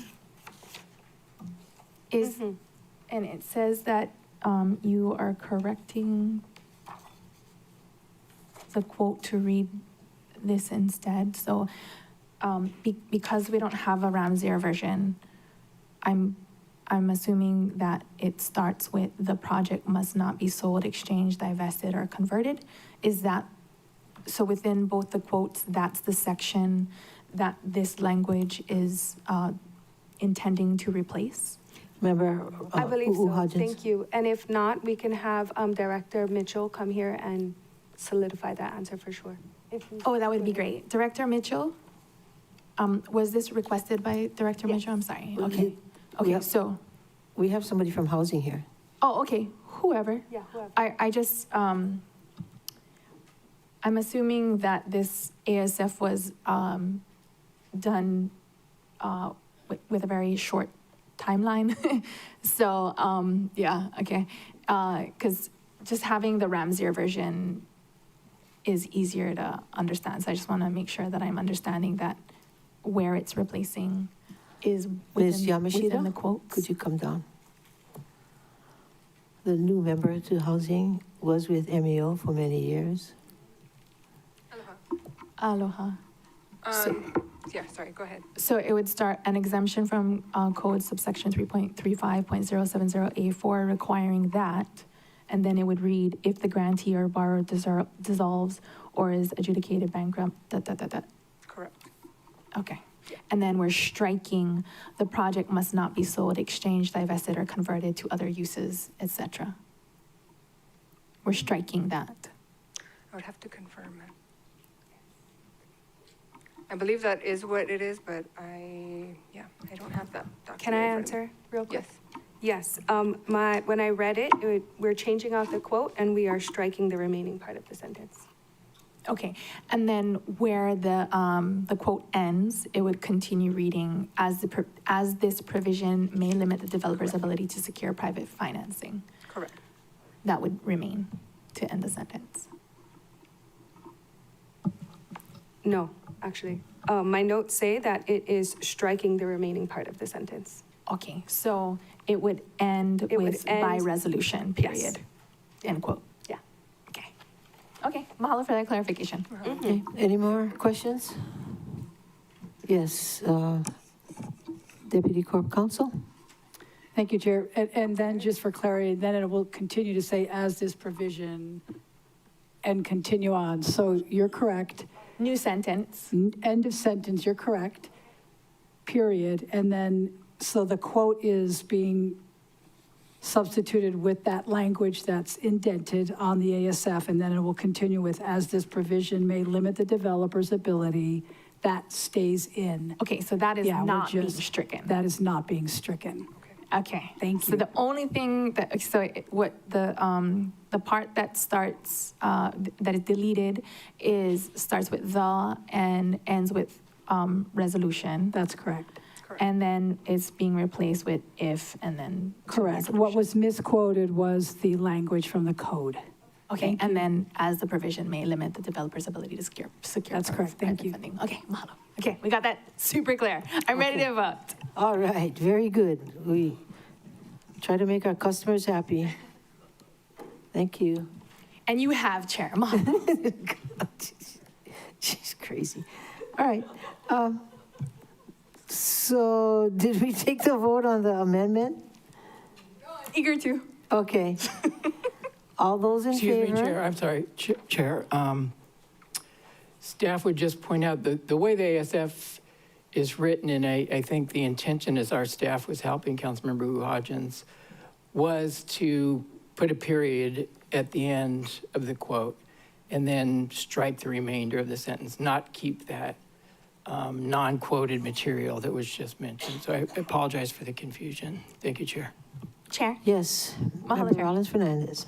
So I believe Member Hodgins would just need to amend her motion by restating until and then we wouldn't strike the rest of the sentence. So it would be first, move to amend Resolution 26-41's Exhibit 1 at paragraph 4 by correcting the Maui County Code subsection 3.35.070A4 quote to read as stated below, period. And then the quote would be replaced without striking the remaining part of the sentence. Okay, is everybody clear on that? Okay, thank you for that clarification.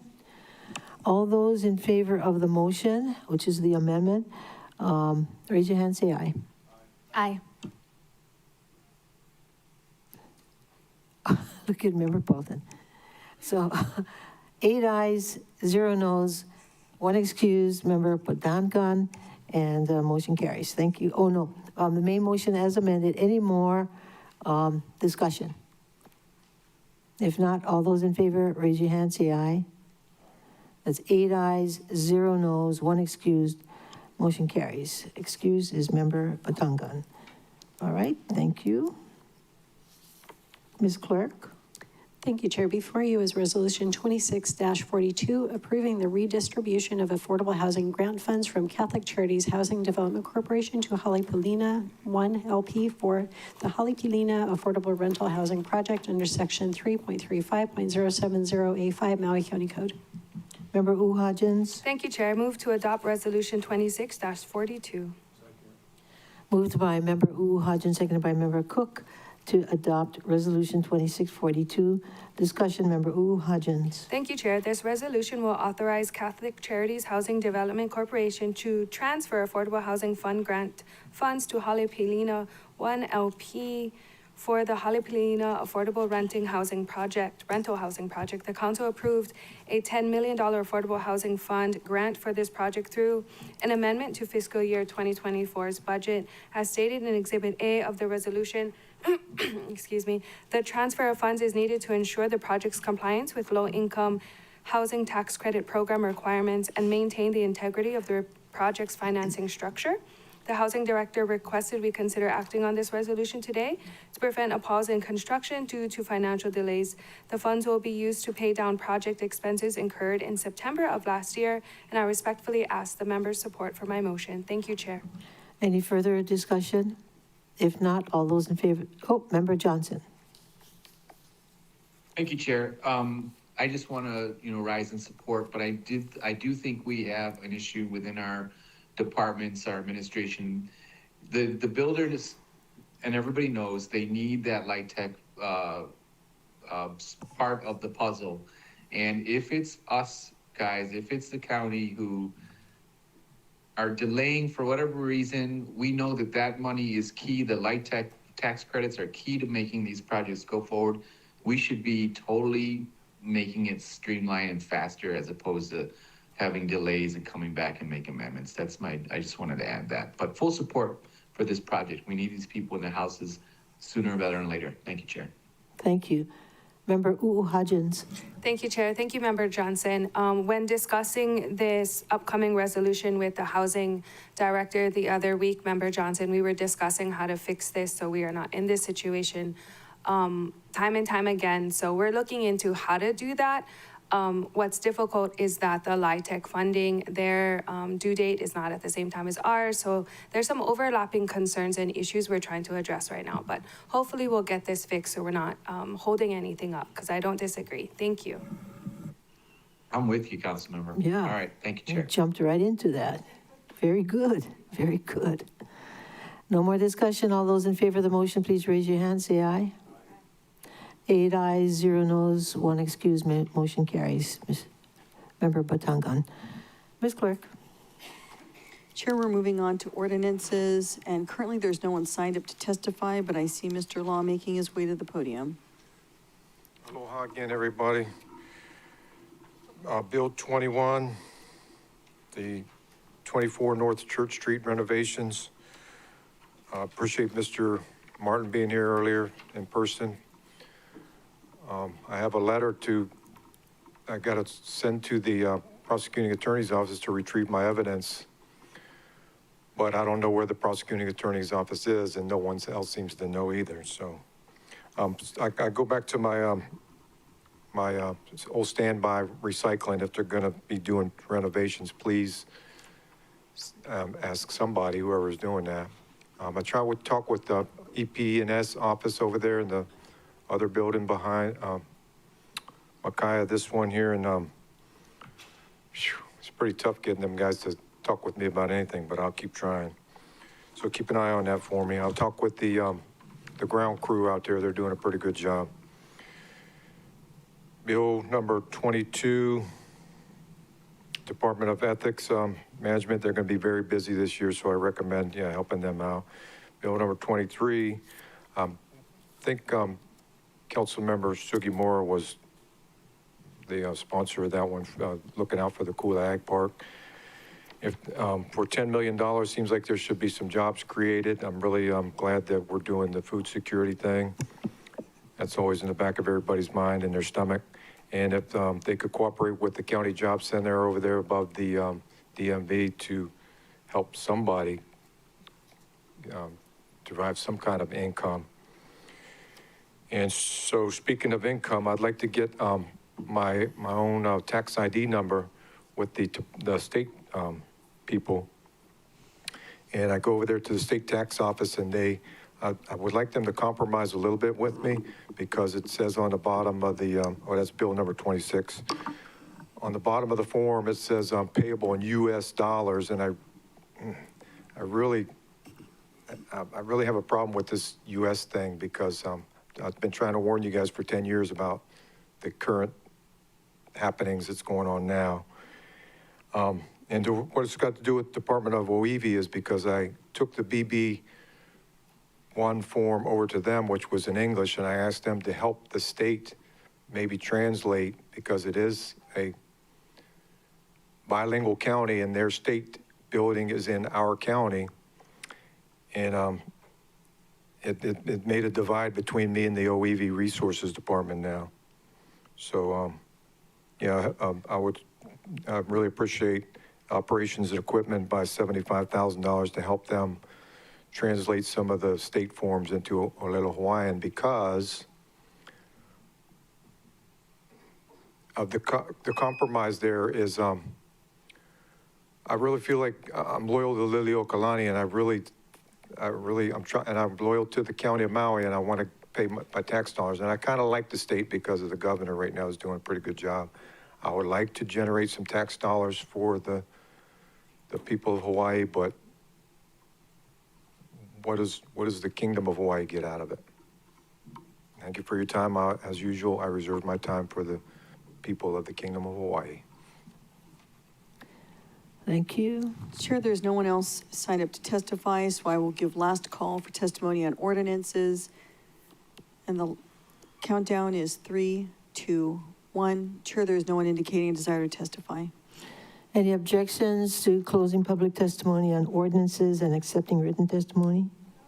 So ordered. Ms. Clerk. Chair, before you is Bill 21, 2026, a bill for an ordinance amending the fiscal year 2026 budget, increasing estimated revenues, carryover savings, general fund by $180,000, capital improvement projects, Department of the Prosecuting Attorney, Wailuku Kahului Community Plan Area Government Facilities, increase appropriation for 24 North Church Street, building renovations by $180,000, and Appendix C, Department of the Prosecuting Attorney, Wailuku Kahului Community Plan Area, update project description, increase appropriation for 24 North Church Street, building renovations by $180,000.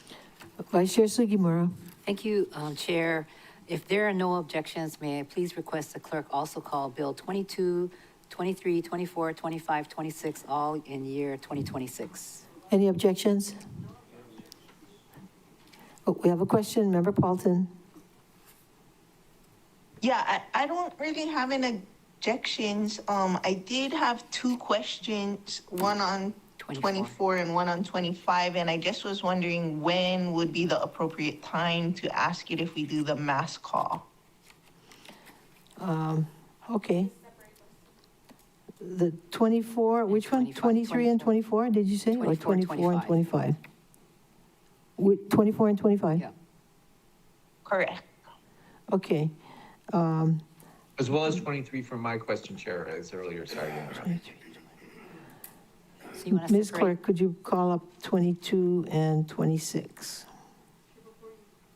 Here before you is Bill 22, 2026, a bill for an ordinance amending the fiscal year 2026 budget, increasing estimated revenues, carryover savings, general fund by $314,341, Department of Management, Board of Ethics Program, increased category A salaries by $314,341.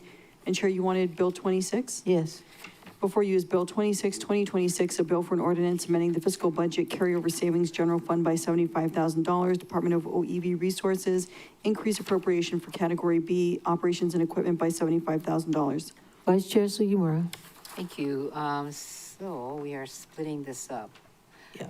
Bill 21 adds $180,000 in general fund savings for 24 North Church Street renovations, increasing the total appropriations to $680,000. I think prosecuting attorney spoke about this. The funds will cover the extension of the IT network installation of security cards, readers, and disposal related costs. Bill 22 adds $314,341 in general funds carryover savings for Board of Ethics salaries.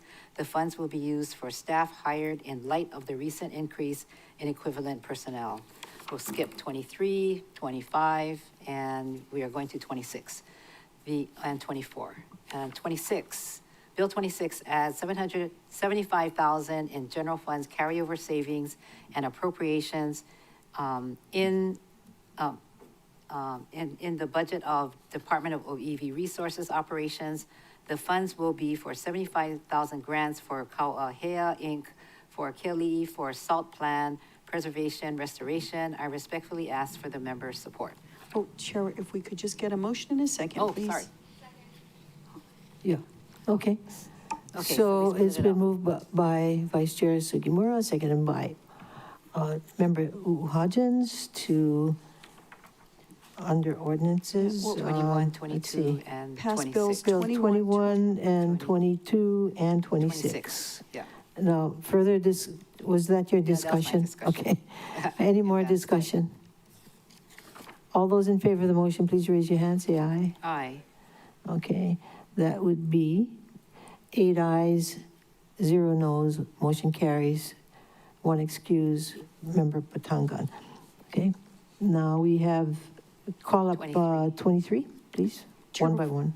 Sure. Chair, before you is Bill 23, 2026, a bill for an ordinance amending the fiscal year 2026 budget, Appendix A, Part 1, Department of Agriculture, State of Hawaii, Department appropriation of $10 million. Vice Chair Sugimura. Thank you, Chair. I move to pass Bill 23, 2026 on first reading. Moved by Vice Chair Sugimura, seconded by Member Hodgins to pass Bill 23 on first reading. Yes. Right? Discussion, Vice Chair Sugimura. Thank you. Bill 23 adds a new $10 million grant appropriation in Appendix A, Part 1 for the Department of Agriculture from the State Department of Agriculture. The funds will be used for the upcountry Maui Ag Park work. Okay, any more discussion? Member Johnson. Thank you, Chair. I'd like to call upon Director, if she could come and speak to my question. Why was this money delayed? Is Director here? Thank you, Chair. Thank you, Councilmember Johnson. Yes, as you'll recall, when it was initially added in the budget under the mayor's proposed back in 2024, it was under Office of the Mayor, and then it was moved to the Department of Agriculture. Director Arce reached out right away to the state to determine how to get the funds to move forward with this project. They said they'd sent a letter. No one could find the letter. We asked repeatedly if they would resend the letter. It was not resent. We finally got some clarity on the information they needed from us, and we were able to move forward, but it was just a lot of back and forth. Thank you, Chair. I'm sorry it's like that, Director Milner. You notice the overall theme is that we try to get stuff done within a yearly budget, and it's ping-ponging. It's a simple letter. Oh my God, that's so frustrating. $10 million on the line and the state can't give us a letter, and then we have to go chase it down. It's very frustrating. Hopefully we can work with, this is I don't know how this is happening, but the theme for me today is our systems, our policies seem to be really slowing down movement of money on very important projects, food security, the ag park, the affordable housing, all the lists that people say that we want, we keep tripping over our shoelaces. So I just wanted to clarify that for the record, Director Milner, what's happening with it, and I'm done with my questions. Thank you, Chair. Any more questions? If not, all those in favor of the motion, please raise your hand, say aye. Aye. 8 ayes, 0 noes, motion carries, 1 excuse, Member Batangan. Next, Bill? Chair, before you is Bill 24, 2026, a bill for an ordinance amending the fiscal year 2026 budget, Appendix A, Part 1, Department of the Prosecuting Attorney, State of Hawaii, Department of Health, Opioid Settlement, new appropriation of $886,633. And Vice Chair Sugimura. Oh, were you also going to bring up? No, we're 24, just 25? taking it separately. Oh, you are going to, okay. So I move to pass Bill 24, 2026 on first reading. Moved by Vice Chair Sugimura, seconded by Member Hodgins to pass Bill 24 on first reading. Okay, and discussion? Bill 24 adds a new $866,633 grant appropriation in Appendix A, Part 1 for the Department of Prosecuting Attorney from the State Department of Health, and this grant is from opioid settlement funds and will be used for opioid remediation in Maui County. Member Paulton? Thank you, Chair. I guess maybe my question is for Director Milner, because she said she would be available. $886,633 seems like a lot of money, but it can never replace the lives we lost due to people overprescribing opioids or other reasons. I just was wondering, is there set plans? Like, is this gonna be like free Narcan distribution at bars and restaurants, or like what will be done with the money to offset, I guess, years of overprescribing or prescribing people without the the safeguards that these can become highly addictive. Like, people just get like one bad car crash or something and then they became addicts for life, or like what are we doing with this money that has an impact on people who like inadvertently, or anyone, I guess, who's addicted to opioids? Director Milner. Thank you, Chair. Thank you, Councilmember Fountain. I see that Prosecuting Attorney Martin is also online and available, so if I could ask that he be allowed to contribute to this discussion on the specifics of the plans for the funding. Thank you, Chair. You got my permission. Mr. Martin? I just need somebody to click the magic button so he can talk. Clerks? Do you see him?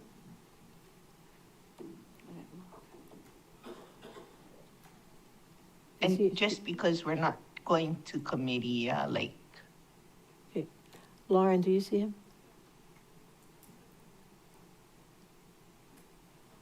He's on? Okay.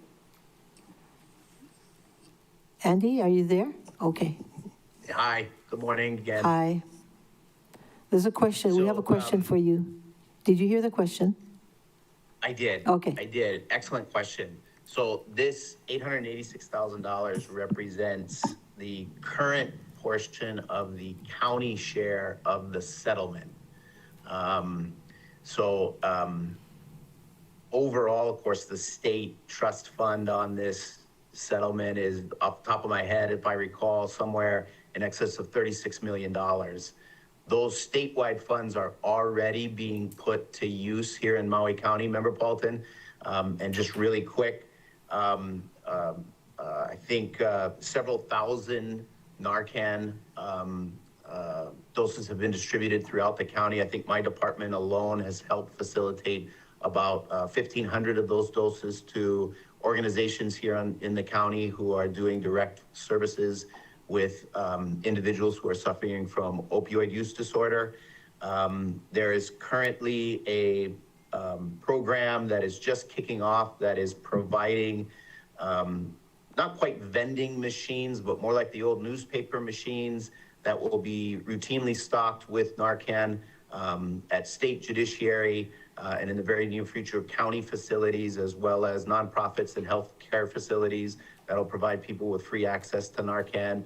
And then we are the pilot for what's being called a second responder program that is starting here on Maui, will then go out to Molokai and Lanai, and then finally statewide, where individuals who are suffering from overdoses are having encounters with first responders such as fire, EMS, or police, but don't want to follow up on the overdose by going to the emergency room for a variety of different reasons, will have immediate access to doctors via video and phone access, where they can immediately get treatment and not have to be concerned with going to the ER. The School of Medicine is assisting with this particular program. So all those programs are currently going on in Maui County. In terms of the $886,000, we'll continue to work along with those programs and develop other plans to use that money within the confines of the National Settlement Agreement, which again just covers treatment, prevention, things like harm reduction, workforce development, diversion strategies, to be able to sensibly and impactfully spend that money to help those who are suffering from opioid use disorder and other attendant circumstances. I hope that answers your question. Yeah, if I could have one follow-up. Sure. Absolutely. Well, yeah. Those things that you said, even like the diversion and whatnot, it seems like it's treating the symptom rather than the root of the cause. I mean, I know that, there's the street side, but like, is there anything being required of physicians to disclose, like, when they prescribe oxys or any of the things, like about how addictive they can be to certain folks, like some people can take it or leave it, or it doesn't make them feel good, but some people really develop it as a crutch, and then, they were a normal functioning member of society and a doctor prescribes this and then they can never get off and then maybe they turn to like street alternatives or whatnot. Is there anything being done on that end to like, you know, at least give heads up, like, you know, if kids are being prescribed this or elderly people are being prescribed this, that it has the potential to become very addictive? That's a great question, and it's not an answer I have off the top of my head. I'd have to look into it in terms of whether or not there's any beyond what the requirements of, the ethical requirements of a physician when they prescribe any type of medication, potential side effects might be. If there's anything with respect to opioids specifically that has to be, let's say, legally, information legally provided to individuals, I'll send out some emails and figure out if I can get an answer for you, and then I can email you separately if that would be okay with the body. That'd be great. Yeah, just seen it too much. Thank you. Yeah, absolutely. Okay, we may have another question from Member Rollins Fernandez. Mahalo, Chair. I have an answer first and then a question. Okay. Okay. So to add to Member Paulton's question about what else is required under the agreement, under the terms of the agreement, each of the contributors to this settlement, except Indivior, are prohibited from promoting or marketing opioids and opioid products, making or selling any product that contains more than 40 milligrams of oxycodone per pill, and are required to put in place a monitoring and reporting system for suspicious orders. Indivior agreed not to manufacture or sell opioid products for the next 10 years, but will be able to continue marketing and selling medication to treat opioid use disorder. Okay, so that was to add to Member Paulton's question. And so this is either for prosecutors or budget director. In this article that I'm reading, so it says that $720 million settlement, 2.4 is to Hawaii. But the manufacturers involved in the settlement include Mylan, now part of Viatris, $284,000 over 9 years. Hikma, $95,000 over 1 to 4 years. Amneal, $71 million over 10 years. Apotex, $63 million over 1 year. Indivior, $38 million over 4 years. Sun, $30 million over 1 to 4 years. Alvogen, $18 million over 1 year. And Zydus, $15 million over 1 year.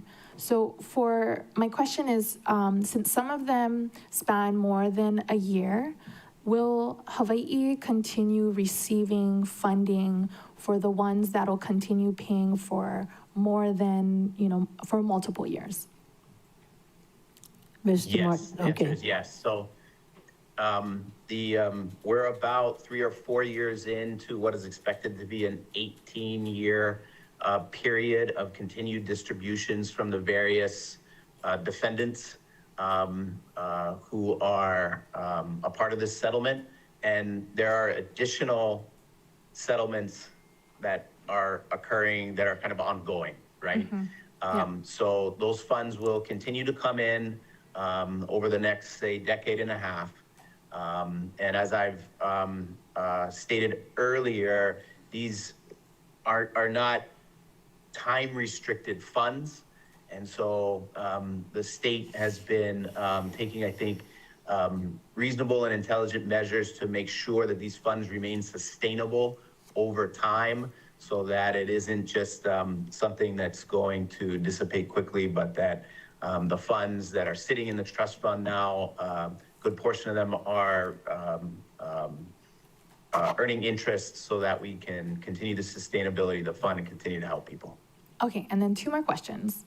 This article says that Hawaii received $42.2 million in settlement funds. And And you said 36 million, so are those like different cases and settlements that you're referencing? Well, the funds are being expended too, right? So projects like the ones I detailed for you earlier here on Maui are being funded, as well as other projects, I mean, across the state. So there's the money that's come in, and then there's the balance in the account, and the number I gave you was the balance in the account. Mahalo for that Rough clarification. estimate. Okay, great. Yeah. And then, so this also says in February 2022, drug manufacturers Johnson & Johnson and wholesalers AmerisourceBergen, Cardinal Health, and McKesson agreed to pay $26 billion to settle thousands of lawsuits accusing the companies of knowingly contributing to the national opioid crisis. As one of 46 states to sign off on the deal, Hawaii was allocated $78 million over the 18 years of opioid treatment, prevention, and education, as well as other abatement measures and strategies. So this 78 million is separate from the 42.2 million? That off the top of my head, I'm not sure. Member Rollins Fernandez, you know, one of the things I can do for you folks is if the staff will leave the chat open for me, I'll pull the Opioid Settlement Advisory Committee's dashboard up, the public link that kind of provides all the ongoing information. I'll post that in the chat, and any specific questions you want, I will pose to the DOH and get the specific answers. On that particular one, I'd have to go back and look to see whether or not funds have already been received and are part of that current $36 million balance from that particular defendant. Okay, yeah, because this article is like naming the different manufacturers and the different settlements and like have separated it. And so there's like different amounts.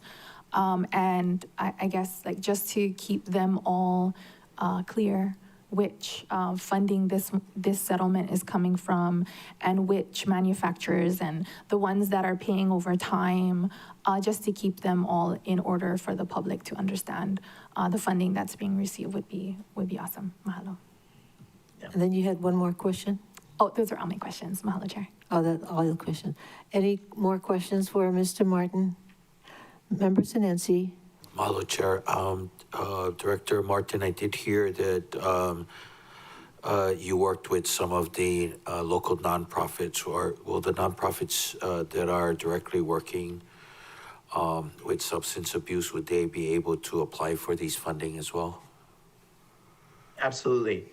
And Okay. any organization that wants to make a proposal to the Opioid Settlement Advisory Committee for expenditure of the funds within the framework of the national settlement, there's a process to do that. And that process is provided for at the link that I'll put in the chat. Okay, great. Thank you. Thanks, Chair. Any more questions? Member Rollins Fernandez? Mahalo, Chair. Last question. I'm pretty sure. Will you share with us how our portion was formulated, how it was determined?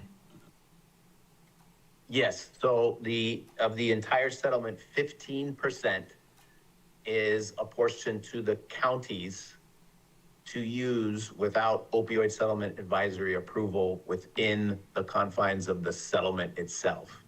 Of that 15%, Maui County received a pro rata portion of that equivalent, and I'm rounding up, it's just under 14% of that amount. Pro rata based on population size? Population. Okay, mahalo for that clarification. Mahalo, Chair. Okay, any more questions? If not, thank you very much. All right, did we vote on that? Nope. All those in favor of the motion, please raise your hand, say aye. 8 ayes, 0 noes, 1 excused. Member Batangan, motion carries. And then we have the last one. Yes, Chair, before you is Bill 25, 2026, a bill for an ordinance amending the fiscal year 2026 budget, increasing estimated revenues, carryover savings, general fund by $54,434, Department of Corporation Counsel, Legal Services Program, increase equivalent personnel by 1.0, and increase Category A salaries by $54,434. Vice Chair Sugimura. I move to pass Bill 25, 2026 on first reading. Moved by Vice Chair Sugimura, seconded by Member Cook to pass Bill 25, 2026 on first reading. Discussion, Vice Chair Sugimura. Bill 25 adds $54,434 in general fund carryover savings and appropriates it for salaries for the Department of Corporation Counsel, along with 1.0 equivalent personnel increase. This change allows a grant-funded attorney to bill time to both grant-funded and non-grant-funded work. Any more discussion? All those in favor of the motion, please raise your hand, say aye. Aye. 8 ayes. Sorry, I had a question. Oh, I'm for sorry, Ms. Miller. Member Paulton. Member Paulton? Thank you. I heard your testimony about this, but I just was wondering if you could repeat it. I didn't really understand what you were saying about 25% Office of Recovery, and I just wanted to clarify what you were saying. Is it that we lost Ms. Toshikio, but we gained her at Office of Recovery, and how did all that work? Like the 25%, or I'm not sure I understand. So we want to Thank get you, Chair, and thank you, Councilmember Fountain. Yes, we're including 25% of the cost for one EP in Corporation Counsel, so that any time that she charges to the general fund, there are funds available to cover that time. That's the purpose of the 25%. Oh, okay. And then what does it mean, increase equivalent personnel by one? Is that one and the 25%? Thank you, Chair. Thank you, Councilmember Pelton. So it's one EP funded at 25%. Use the wheels, Mom. Sorry, she's learning how to use the wheelchair. Put your hands on the wheels. She can't hear, sorry. Okay. So it's one EP funded at 25%. So we needed to add both the EP and the funding to allow her to charge her time to the general fund. Thank you. Sorry, I didn't understand that. Now I do. Thank you. Bye. Okay. Thank you. You can stand up and help her, Yeah, good. All right.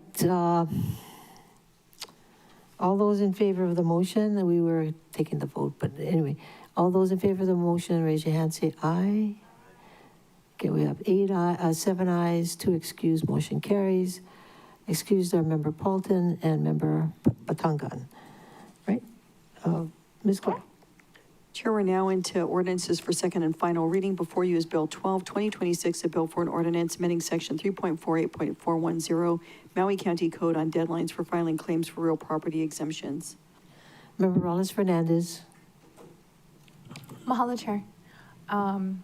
And Prosecuting Attorney Martin was trying to share with us the link. If clerks wouldn't mind opening the chat for a quick sec while he does that. Okay. I move to pass Bill 12, 2026 on second and final reading. Moved by Member Rollins-Fernandez, seconded by Member Senensi to pass Bill 12, 2026 on second and final reading. Discussion, Member Rollins-Fernandez. Mahalo, Chair. No further discussion. And Prosecuting Attorney Martin, the chat is now open for you to share the link. Mahalo, Chair. Okay. Any other comments or questions or discussion on Bill 12? If not, all those in favor of the motion, please raise your hand and say aye. Okay, now we have 8 ayes, 0 noes, motion carries, 1 excused, Member Batangan. Ms. Clerk. Chair, before you is Bill number 15, FD1, 2026, a bill for an ordinance amending Chapter 16.25, Maui County Code on factory-built housing in the Lahaina burn zone. Member Paulton.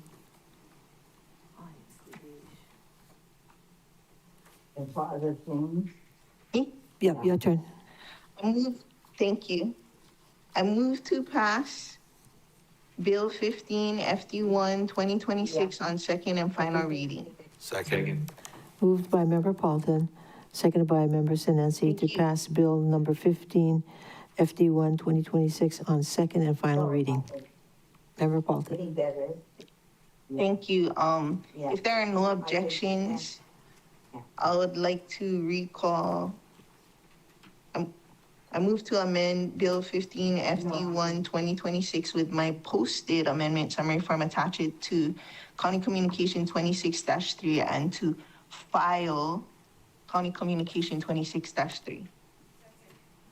Okay, moved by Member Paulton, seconded by Member Hodgins. To, let's see, amend CC, per CC 26-3 and file CC 26-3. Discussion, Member Paulton? Thank you. This amendment would add an additional paragraph to read as follows. This ordinance also recognizes the obstacles unique to Hawaii's location in the middle of the Pacific by requiring that the factories receiving approval and certification are located within the state of Hawaii.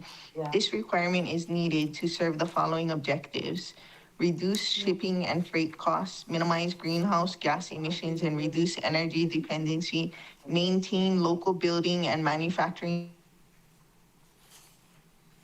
standards, and ensure the prompt availability of housing product during emergencies. And amend section 2 in section 16.25.5031 paren 1 on page 5 by replacing the United States with state of Hawaii.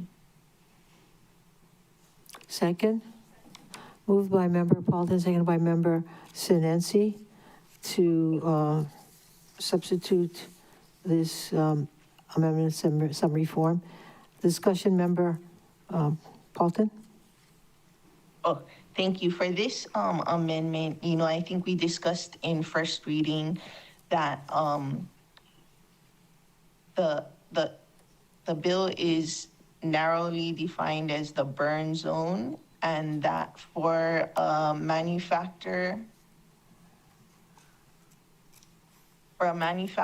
to for a survivor to work with a manufacturer on the continent or a foreign country would be extremely difficult for them to get like a one-off that complies with Maui County Code. And they might have to order up to 200 of the same one, and that's not feasible for the burn zone. There's not going to be 200 that want the same one. So this will use the side wheels. Yeah, sorry. This will make more sense for the burn zone, and it will ease our local construction industry's concerns as well. So I fully ask the members' support of my first amendment. I have one more coming. Oh, okay. Amendment, not substitution. Any more discussion? If not, all those in favor of the first amendment, raise your hand, say aye. So we have 8 ayes, 0 noes, motion carries. One excused, Member Batangan. Member Paulton? Thank you. I move to further amend Bill 15 FD1 2026 with my amendment summary form that was distributed at today's meeting, and to suspend Rule 19 of the Rules of the Council to allow final action at today's meeting. Okay. Okay, but the first amendment was included in your ASF too, right? The first amendment, this one, in the bill's preamble, strikes the third sentence.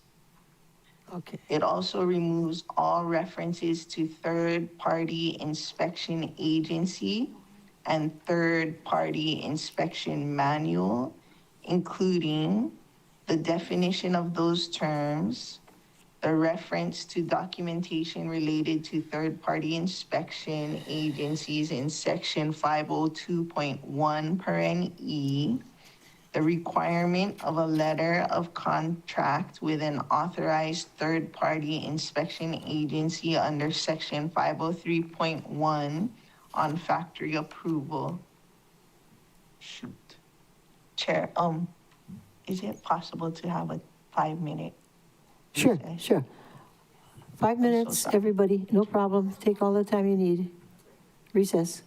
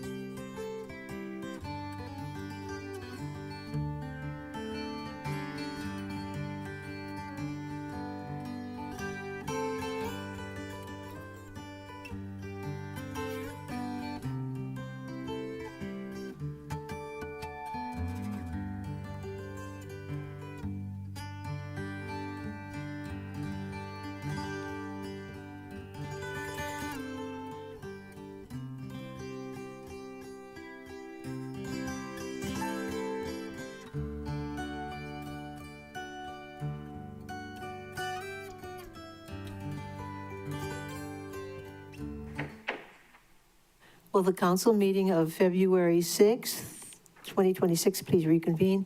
Time is 12:13. So we all need to be ready to move quickly so that we could end this, and then we can all go to lunch and have a wonderful weekend. Yeah.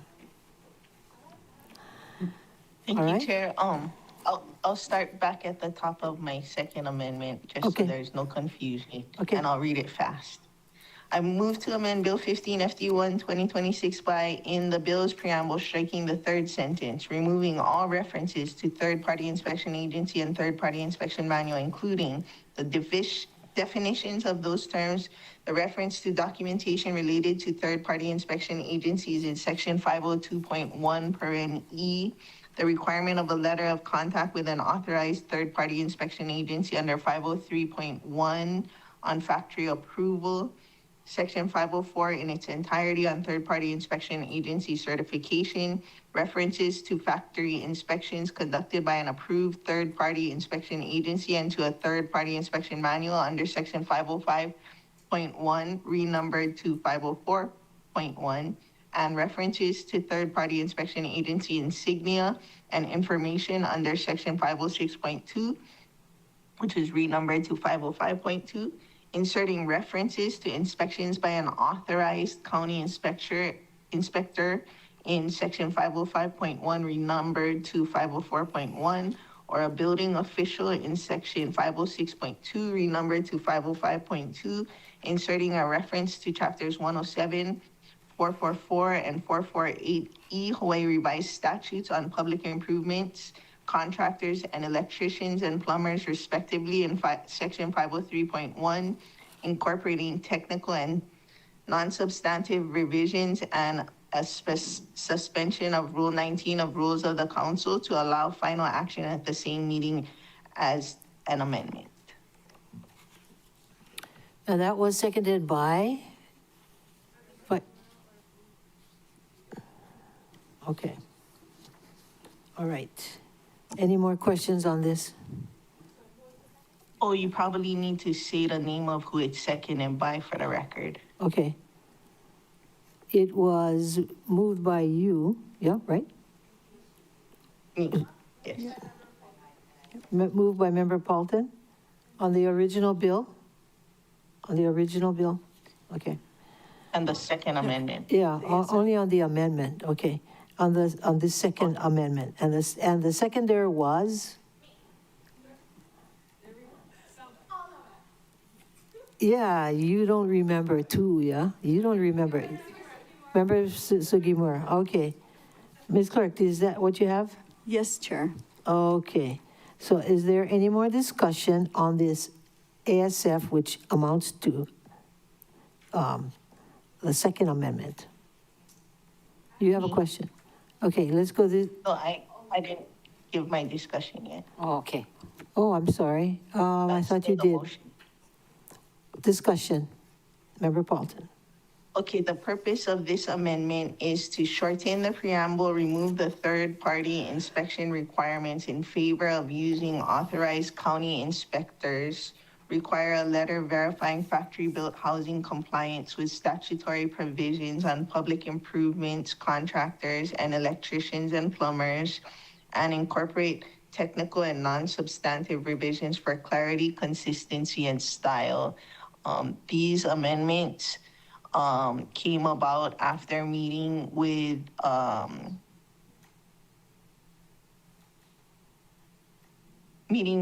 various officials within the trades, including operating engineers, district council 50, painters and tapers, IBEW, electricians and plumbers and pipe fitters, as well as multiple conversations with Chief Daryl Oliveira, who stood in for us with MEMA for a little while and is now currently working with HPM, and Director of Public Works, Jordan Molina, who all weighed in. Thank you. Okay, what was the last word she said? All weighed in. Oh, okay. No. Yeah, I didn't hear what you said. All weighed in. Okay. Discussion. Vice Chair Sugimura? Thank you. Member Paulton, I really appreciate these amendments. As you know, during the first reading, I had actually voted no, and I was concerned about factory-built housing that was not locally made. And these amendments address my concerns, and I'm in favor of moving this bill forward as amended. I was also concerned because if we bring factory-built homes from wherever, just the safety of it was another big element, as well as jobs for our working people. So thank you. Thank you, Member Paulton. Thank you, everybody else. Member Hodgins. Thank you, Chair. Thank you, Member Paulton, for your amendments. I appreciate them.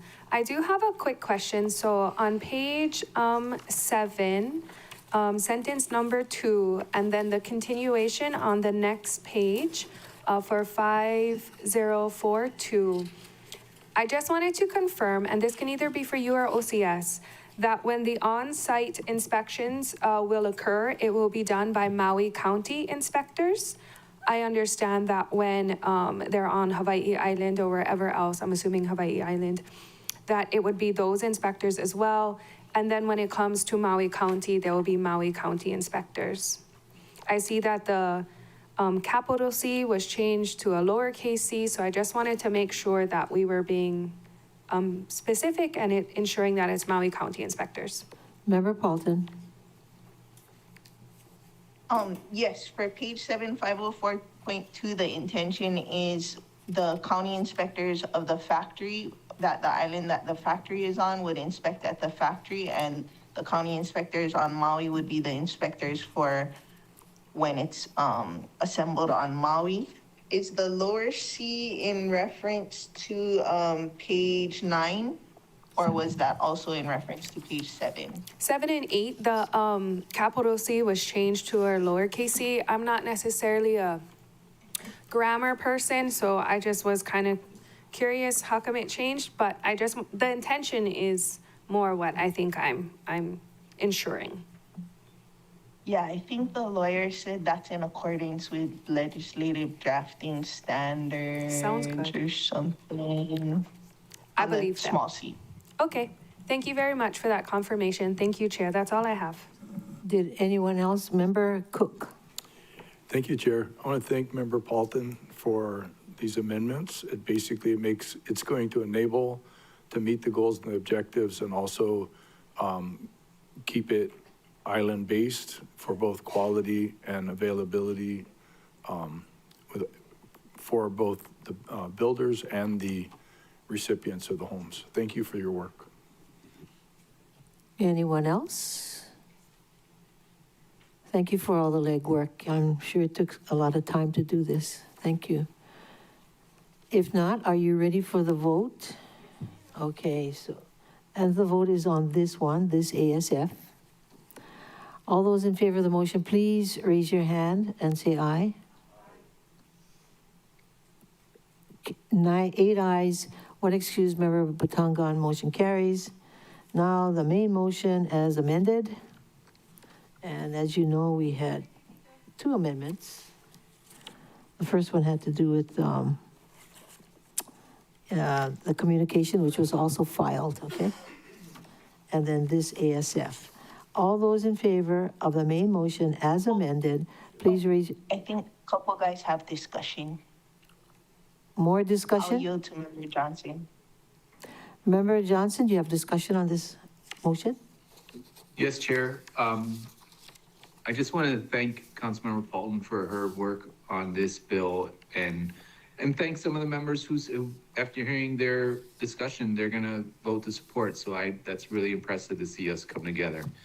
I want to do a point of information for the body that the state also has this discussion in their purview, and HB 1719 passed today out of committee in regards to permitting by right in residential lots under urban districts, factory-built housing. So the state is also looking into this. So that's not applicable here because West Maui is not an urban district, but just wanted to put that on the record. So there's moving parts, and the state is also working on this. So I rise in full support. Thank you, Chair. Any more I did discussion? have some discussion. Okay, Yeah. Member Paulton. On the main motion as amended, I just wanted to thank everybody involved in this bill. This never would have gotten started without Chief Oliveira, and that started immediately after the fire. As Mr. Andaya left, he stepped into that role, and he's been continuing to support us in any way that he knows how, as well as his partner Janice Ikeda too. And also to all the trades unions that didn't say no but how, just like Hawaii Community Lending doesn't say no but how. And this may be an option for people. It's not necessarily something that everybody wants, but it could be something that some people need.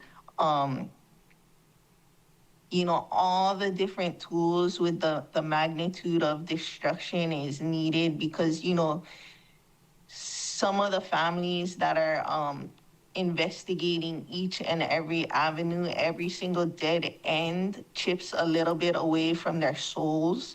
And people are really tired and near giving up. And to be able to give more options during this time, it's the least that we could do.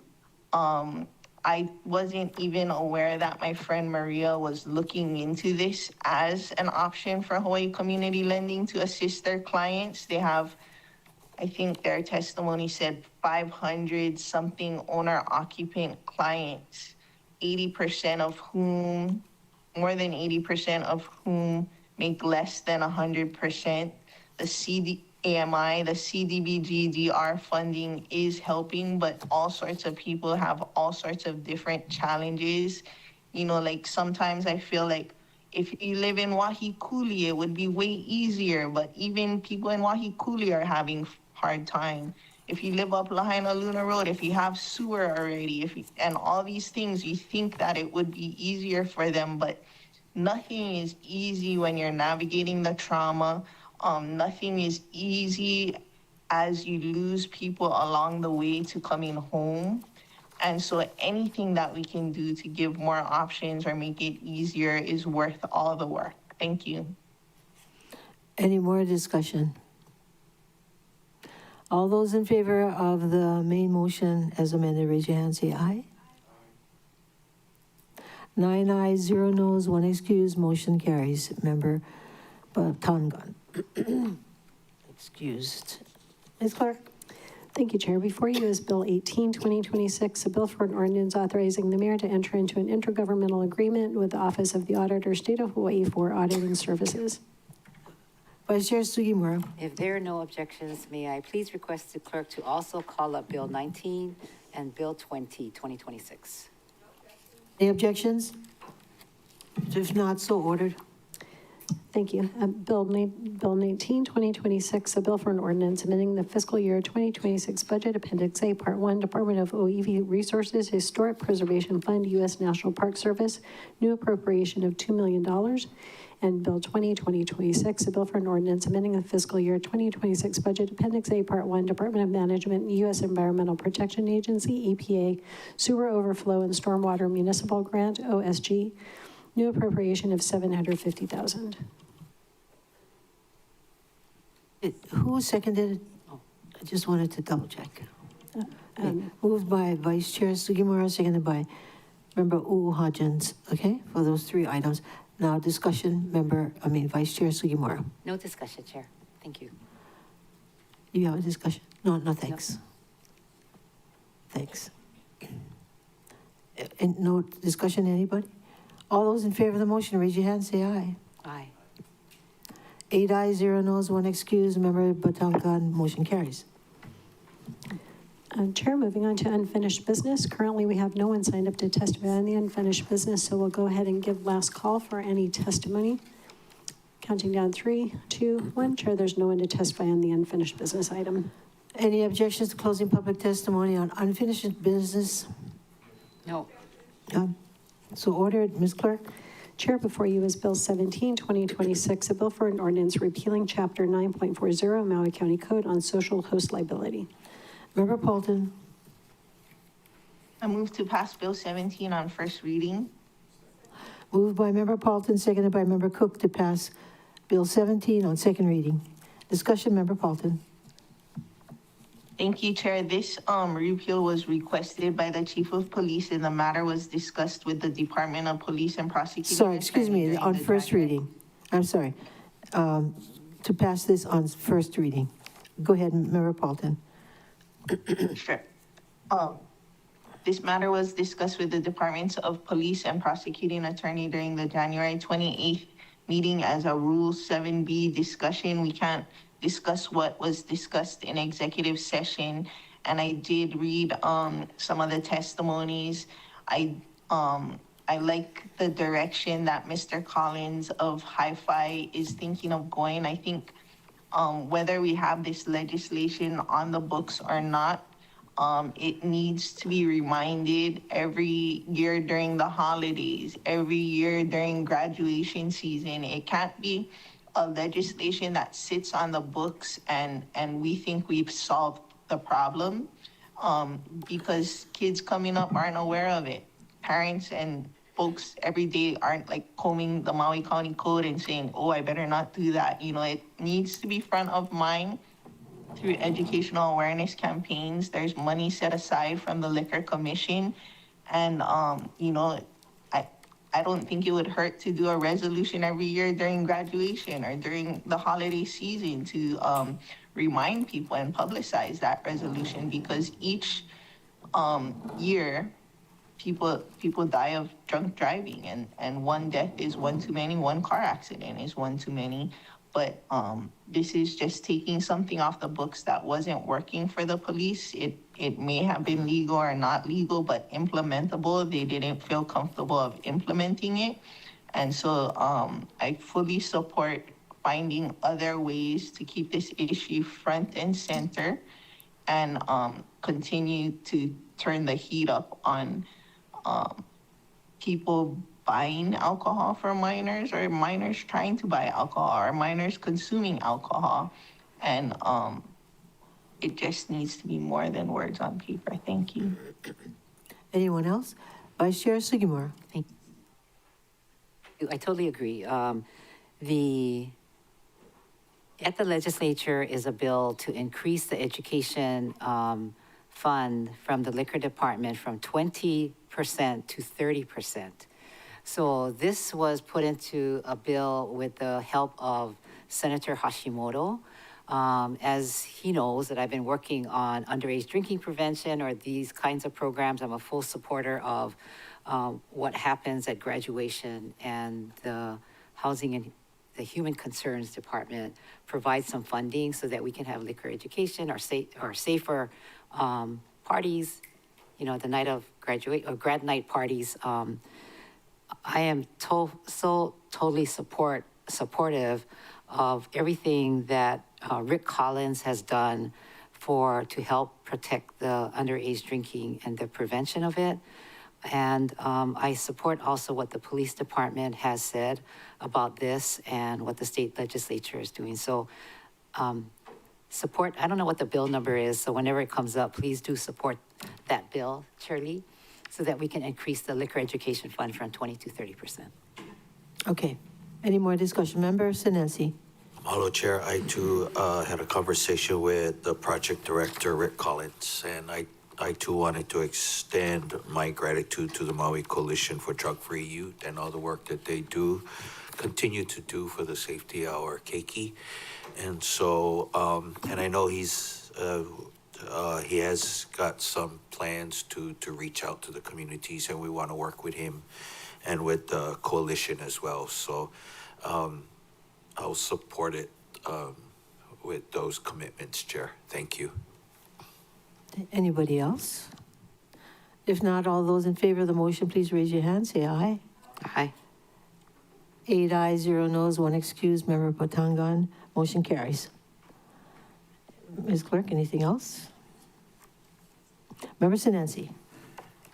You're getting married. Not yet, no. I just wanted to remind people on Monday in the What's Up Committee, we have 2 presentations from the Aloha House and and we talked about substance abuse, so they'll share some of the information that they have, as well as an update from the Maui West exposure cohort study. However, we are meeting at 10 o'clock instead of 9 to accommodate some of our resources.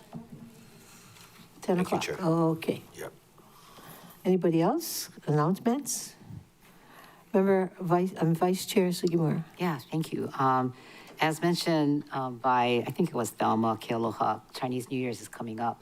First Friday is having Chinese New Year celebration tonight. Thank God, thank you, Taro Fujiwara, for all he's done for First Friday. But tonight is celebration of Chinese New Year's, as well as music and everything else that they do. Well, I hope it doesn't rain. Yeah. Member Rollins Fernandez. Mahalo, Chair. The forecast says that it's 85% chance will rain, so likely rain, sorry. But it's gonna be like later in like the daytime and then maybe not throughout the night. We can hope for that. Yeah. But it will rain tomorrow, sorry everyone. Tomorrow is the Hawaii High School Championship for paddling. So cheer on our Molokai boys. That's that they made first in MILs. And then our Seabury and Molokai girls for D2. Oh, I'm doing all the things. I didn't mean to go into detail. I'm proud of our Molokai team. So, but also Kamehameha and Kekaulike will be representing Maui County in the championships. So cheer them on. What if tomorrow. it rains too hard? It will rain. Yeah, the ocean's wet. So It is? Oh. yeah. Okay. Yeah. But I brought my jacket and I expected, and I'll be wearing like being prepared to be wet, and I'm okay with that. I've accepted it. Okay. But water is wet, and so is the rain. Yeah. Unfortunately. But yeah, so Wise words. Okay. hold. I'm full of them. All these wise words. Yeah. But yeah, cheer them on tomorrow. Mahalo, Chair. Okay. All right, anybody else? Member Paulton. Member Paulton. Oh, thank you. I just been emailing back and forth with Miss Nakata. She mentioned that I should mention for the record that HRS Chapter 107 was noted in the ASF, but not in the bill. It should have been deleted from the ASF when we took out the amendment to 501.2. It wasn't a part of the Plumbers Union markup for Section 503.1. So assuming they did not intend to include it there, just for the record, it's in the bill, but it was the ASF, we didn't take it out, so. I'm sure, I'm sure Member Rollins Fernandez noticed that. Why she didn't bring it up, Gotcha. I'm not sure. Because it was okay. Ms. Nakata would be the one to ask and answer any questions, because, whoa. I doubt if we will. Okay. Anybody else? Okay, thank you. Thank you. How's your mom anyway? Is she okay? She's doing great. We got a regular wheelchair last night instead of the transport wheelchair, but still trying to figure out how to use the wheels instead of like grabbing things and pulling herself. But just hairline fractures, 4 to 6 weeks. Fingers crossed. Okay. Of course, we wish her well. And why didn't you get her the electric one? Because 4 to 6 weeks, and I don't know where to get that. Walmart didn't have any electric ones. They wouldn't fit in our house. Oh, okay. Yeah.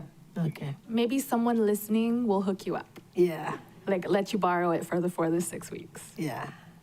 I hope so. And hau'oli mahina olelo Hawaii. February is olelo Hawaii month. Oh, okay. So watch for any of the events relating to that and celebrating and promoting the Hawaiian language. Okay, very good. All right, everybody. Time to say aloha for now. And thank you very much for a good meeting and have a wonderful weekend. This meeting is adjourned.